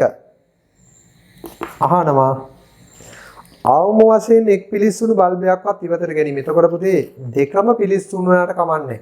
අඩුම ගානේ එකක්වත් පිච්චිච්ච බල්බයක්. එහෙනම් පුතේ මේ මෙන්න මේ ටික අත්හරින්න. good ටික අත්හරින්න. මේ good ටික මේ ටිකනේ මෙන්න මේ ටික අත්හරින්න. අඩුම ගානේ එකක්වත් පිච්චිච්ච බල්බ් එකක් කියන්නේ පුතේ මේවා දෙකම පිච්චිච්ච. මේ BB. එතකොට අඩුම ගානේ මෙතන කියනවා අවම වශයෙන් එක් පිලිස්සුණු බල්බයක්වත් කියලා කියන්නේ පුතේ දෙකම පිලිස්සුණත් කමන්නේ අඩුම ගානේ එකක්. කියන පුතේ මේ good ටික අත්හැරලා ඊටු ටික ගන්න මෙන්න මේ ටික ගන්න. ඔන්න ඔය ටික ගන්න. මේ ටික ගන්න එපා. මේ good කියන්නේ දෙකම හොඳ ඒවා. මෙතන තියෙන්නේ good bad එහෙම නැත්නම් bad good. ඔය ටික ගන්න. බලන්න කීයද කියලා. 1 2 3 4යි 4 පේලි 5ක් තියෙනවා. 4යි මෙතන 4යි 4 වරක් 5 20යි. 20න් කීයද කියලා? 1 2 3 4 5 6 7 8 9 10 11 12 13 14. 20න් 14යි නම් දෙකට බෙදුනොත් 10න් 7යි. එහෙනම් අඩුම ගානේ එක් බල්බයක්වත් පිලිස්සුන එකක් වීමේ සම්භාවිතාව 10න් 7යි. ඔය ප්‍රතිඵලයේ කියනවා ඉහත පරීක්ෂණයට අදාළ සම්පූර්ණ රුක් සටහන පහත දැක්වේ. අසම්පූර්ණ රුක් සටහන පහත දැක්වේ. රුක් සටහන සම්පූර්ණ කරන්න. එහෙනම් මේක තමයි පුතේ පළමු ගැනීම. මේ තියෙන්නේ පළමු ගැනීම. මේ තමයි පළමු ගැනීම. පළමු ගැනීම. පෙට්ටියට අත දාලා ගන්නකොට පුතේ අපිට ලැබෙන එක good හෝ bad වෙන්න පුළුවන්. එතකොට බලන්න පළවෙනියටම ගන්නකොට පෙට්ටියට අත දාලා පෙට්ටියේ තිබුණේ පුතේ ඔක්කොම බල්බ් පහක්. එතකොට good හොඳ බල්බයක් වීමේ සම්භාවිතාව 5න් 3 නම් bad එකක් වීමේ සම්භාවිතාව 5න් 2යි. දැන් පළවෙනියට මල්ලෙන් අත දාලා ගත්තා. එතකොට ගත්ත එක හොඳ බල්බ් එකක් වෙන්න පුළුවන්. ඊට පස්සෙත් අත දාලා ගන්නවා. ගත්ත එක පිච්චිච් එකක් වෙන්නත් පුළුවන්. මෙන්න දෙවන ගැනීම. එහෙනම් මේ තියෙන්නේ දෙවන ගැනීම. good bad good bad. එහෙනම් පොතේ මේ සිද්ධිය තමයි පළවෙනි වර ගත්ත බල්බය හොඳ බල්බයක් වුණා නම් ඊළඟට ආයි පෙට්ටියෙන් අත දාලා බල්බයක් ගන්නවා. එතකොට හිතන්න පුතේ මේ පෙට්ටියට අත දාලා බල්බයක් ගන්නකොට මට අතට අහුනේ හොඳ බල්බයක් නම් අනිවාර්යෙන් ආයි පෙට්ටියට අත දානකොට පුතේ බල්බ ගානක් අඩු වෙනවා. දැන් පහක් තිබුණු පෙට්ටියෙන් එකක් ඉවතර ගත්තා. එහෙනම් බල්බ ගානක් අඩු වෙනවා 4යි. නේද? දැන් පහක් තිබිච්ච පෙට්ටියෙන් එකක් එළියට ගත්තාම බල්බ ගානක් අඩු වෙනවා 4යි. ඒ විතරක් නෙමෙයි. good එකක් එළියට ගත්තා නම් මේ හොඳ බල්බ තුනෙනුත් එකක් එළියට ආවනේ. දැන් ඉතුරු වෙලා තියෙන්නේ. මං ඇඳලා පෙන්නන්න අපිට දැන් පෙට්ටියේ තිබුණේ මෙහෙමනේ. good 3යි bad 2යි තිබුණේ. දැන් මේකෙන් කියන්නේ පළවෙනි වර මේකක් එළියට ගන්නවා. ගත්තට පස්සේ තව ඉතුරු වෙන්නේ බල්බ් 4යි. ඒ 4න් හොඳ ඒවා ඉතුරු වෙන්නේ 2යි.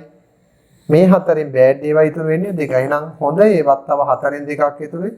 බෑඩ් ඒවත් 4න් 2ක් ඉතුරුයි. ඒ තමයි මේකට අදාළ සිද්ධිය. එහෙමනම් ඊළඟට මෙතනින් කියන්නේ මොකක්ද? මෙතනින් කියන්නේ බැරි වෙලා එළියට ගත්තේ පිච්චිච්ච බල්බයක් නම් ඒ කියන්නේ මේ බෑඩ් එකක් නම් එළියට ගත්තේ. එතකොට නරක පිච්චිච්ච බල්බ් එකක් අයින් වෙනවා. එතකොට පුතේ දැන් පෙට්ටියේ තියෙන බල්බ 4යි. මේ මුළු ගානෙනුත් එකක් අඩු වෙනවා 4යි. දැන් හොඳ බල්බ තියෙන කීයද? 3යි. මොකද පිච්චිච්ච එකක් එළියට ගියා නම් ඉතුරු වෙන්නේ එක පිච්චිච්ච එකයි. එතකොට ඔක්කොම බල්බ 4න් 3ක් හොඳ. මෙතන එන්නේ පුතේ උඩ. නේද? මේ good ඒවා ඉන්නේ 3යි. එහෙනම් 4න් 3ක් හොඳයි. එතකොට ඉතුරු වෙන්නේ පිච්චිච්ච 4න් 1යි. ඉතින් ලේසිම දේ තමයි පුතේ මේ ඉත්තට අනුව මේක පුරවනකොට මුළු ගානෙනුත් එකක් අඩු කරන්න 5න් එකක් අඩු කළා 4යි. 2කින් එකක් අඩු කළා 1යි නේ. මේකත් එක්කම මේක අඳින එක තමයි ලේසි. මොකද මේකට සම්භාවිතාවය මේක ගන්න ලේසි. 5න් 2ක් නම් හොඳ. මෙතන පිච්චිච්ච ඒවත් එකක් අඩු වෙනවා. මුළු බල්බ් ගානත් එකක් අඩු වෙනවා. 5නුත් එකක් අඩු වෙනවා. 2කිනුත් එකක් අඩු වෙනවා. මෙතනත් ඒ වගේ තමයි.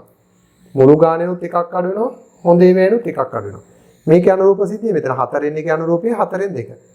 4න් 2 අනුරූපී 4න් 2. දැන් එහෙමනම් කියනවා මේ විදිහට සකස් කළා. මෙම පරීක්ෂණයේදී ඉවතර ගන්නා බල්බ් දෙකකින් එක බල්බයක් පමණක් පිලිස්සුන එකක් වීමේ සම්භාවිතාවය. එහෙනම් පුතේ එකක් පමණක් පිලිස්සුන එකක් වීම කියන්නේ මොකද්ද? good good දෙකම හොඳයි. good bad මේ තියෙන්නේ අන්න එකක් පිලිස්සුන. හොඳ එකයි පිලිස්සුන. මේ තියෙන්නේ bad good. එහෙනම් එකක් පිලිස්සුන එකක් වීමේ සම්භාවිතාව කියන්නේ පුතේ පළවෙනි සැරේ හොඳ එකක් ලැබිලා දෙවෙනි සැරේ පිච්චිච්ච එකක් ගත්ත එකයි. පළවෙනි සැරේ පිච්චිච්ච එකක් අරන් දෙවෙනි සැරේ හොඳ එකක් ගත්ත එකයි. එහෙනම් ඔය ඉති දෙකේ සම්භාවිතාව එකතු කරන්න. GB සම්භාවිතාව වෙන්නේ 5න් 3 4න් 2. ඕකට එකතු කරන්න ඕනේ මේ ඉති සම්භාවිතාව 5න් 2 4න් 3. 5න් 2 4න් 3. ඕක එකතු කරලා බලන්න පුතේ. 20න් 6යි 20න් 6යි මේ සම්භාවිතාව දෙකම එකතු කළොත් තියෙන්නේ 20න් 12යි. 4න් බෙදුනොත් 4 වරක් 3යි 4 වරක් 5යි නම් පිළිතුර තමයි පුතේ 5න් 3යි. ඒ නිසා මේවා පුතාලා ප්‍රතිපදන් අපේ පාඩම් මේකක යටතේ පුතාලා කතා කරලා තියෙන අභ්‍යාස අපි තව දුරටත් ඔයාලට මේ තහවුරු කරන්න පුතේ. අපි උගන්වනකොට වඩා බොහෝම සරල මට්ටමින් බොහෝම පහළ මට්ටමින් සරල ගණන් අපි මේව ගණන් නෙමෙයි පුතේ පාඩමේදී කියන්නේ කොච්චර අර පෙළ පොතේ තියෙන ගැඹුරුම මට්ටමේ ගණන් දක්වා අපි මේ පාඩම් පුතාලට කියලා දීලා තියෙනවා. ඒ නිසා විභාගය කියන්නේ ඉතාම සරල දෙයක් පුතේ. ගණිතයට ඒකක් ගන්නවා කියන්නේ හරිම සිම්පල් වැඩක්. ඒ නිසා ඔන්න අපි 2017 ප්‍රශ්න පත්‍රයේ පැය දෙකක් තිස්සේ කරන්න තියෙන රාජකාරී ඉතාම සරල දෙයක් කියලා පුතාලට ඔප්පු කරලා පෙන්නනවා. ඒ නිසා ඔයාලට ඉදිරියට බලාපොරොත්තු වෙන්න. පළවෙනි ප්‍රශ්න පත්‍රය මට ගොඩාක් කරන්න බැරි වෙයි පුතේ. දැන් වීඩියෝස් තුනක් පුතාලට ෆස්ට් පේපර් එකට දාලා තිනවා 2019, 2018, 2017. තවම ෆස්ට් පේපර් දෙකයි කරන්නේ පුතේ. ඊට වඩා ෆස්ට් පේපර් එක ඉලවන්නේ. ෆස්ට් පේපර් තව දෙකක් කරනවා 16 15. සෙකන්ඩ් පේපර් එකට අදාළ තේමා ටික නම් තව මම පුතාලට තව තේමා 5ක් 6ක්ම කරනවා. ඒ නිසා අපි ඊළඟ මාසේ ටාගට් එක පුතාලට වීඩියෝස් 8ක් සාමාන්‍ය සතියකට 4යි නම් ඩබල් වෙන්න උගන්වනවා 8ක්. ඒ යටින් දැනට අපි ශ්‍රේණි පාඩම කරලා තිබුණා. සමාන්තර ගුණෝත්තර ශ්‍රේණි වර්ගඵල පරිමා ලඝු ගණක එක කරලා තිබ්බා. ඊටු ටිකත් පුතාලා ඉක්මනින්ම බලාපොරොත්තු වෙන්න. එහෙනම් පුතේ මම ඊට වඩා කතා කරන්නේ නැහැ. අපේ හැම වෙලෙම පරමාර්ථය අපේ ලංකාවේ, අපේ රටේ, අපේ ගමේ පළාතේ හරි කොහේ හරි අපේ දරුවෝ අපේ රට දියුණු කරන්න ඉන්න දරුවෝ. ඒ නිසා ඔයාලට ශිල්පය දෙන එක අපේ යුතුයකමක්. හැබැයි පුතේ මේ ශිල්පය අරගෙන තමන්ගේ ජීවිතේ යහපත් කරගන්නා වගේ රටටත් තමන්ගේ සේවයක් ඉටු වෙන්න ඕනේ. කරන රැකිරක්ෂාව අවංකව ගුණයහපත්ව කරන්න ඕනේ.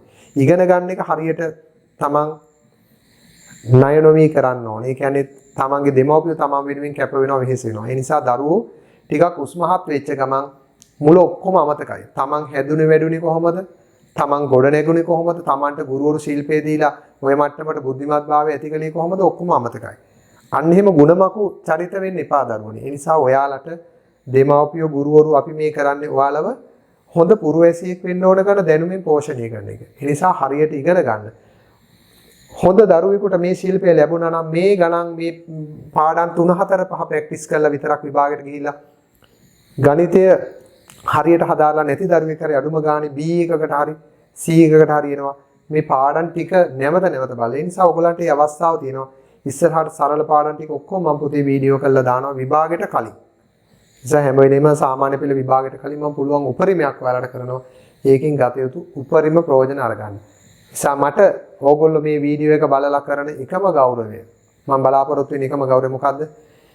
විභාගේ පාස් කරගන්න. එතකොට ඕගොල්ලෝ හිතින් යම්කිසි ආශිර්වාදයක් අපිට කරයි අනේ සර් අපිට මේ ටික කියලා දුන්න නිසානේ මේ දේ. ඒ හොඳටම ඇති. සපුතේ ඉස්සෙල්ලම මේ ටික හරියට වොමනාවෙන් ඉගෙනගෙන නිමා කරගන්න. ඒ නිසා පුතේ මම ඊට වඩා කතා කරන්නේ නැහැ. හොඳට විභාග කරගන්න ඒ සාමර්ථ්‍යයක් අනිවාර්යයෙන්ම ලැබෙන පරිදි මම මේ විෂය ටික ඉදිරියට පුතාලට කියලා දෙනවා. ඒව ටික බලාගෙන විභාගෙට උපරිම ලකුණකට වලයි. එහෙම නැසපුතේ අපි අදට නිමා කරනවා. මේ ටික හොඳට ප්‍රැක්ටිස් කරන්න. ওই පේපර් එක මම එවලා තියෙන එක අනිවාර්යෙන් කරන්න. ඒ නිසා පුතේ සියලු දෙනාටම ආයිබෝවන්.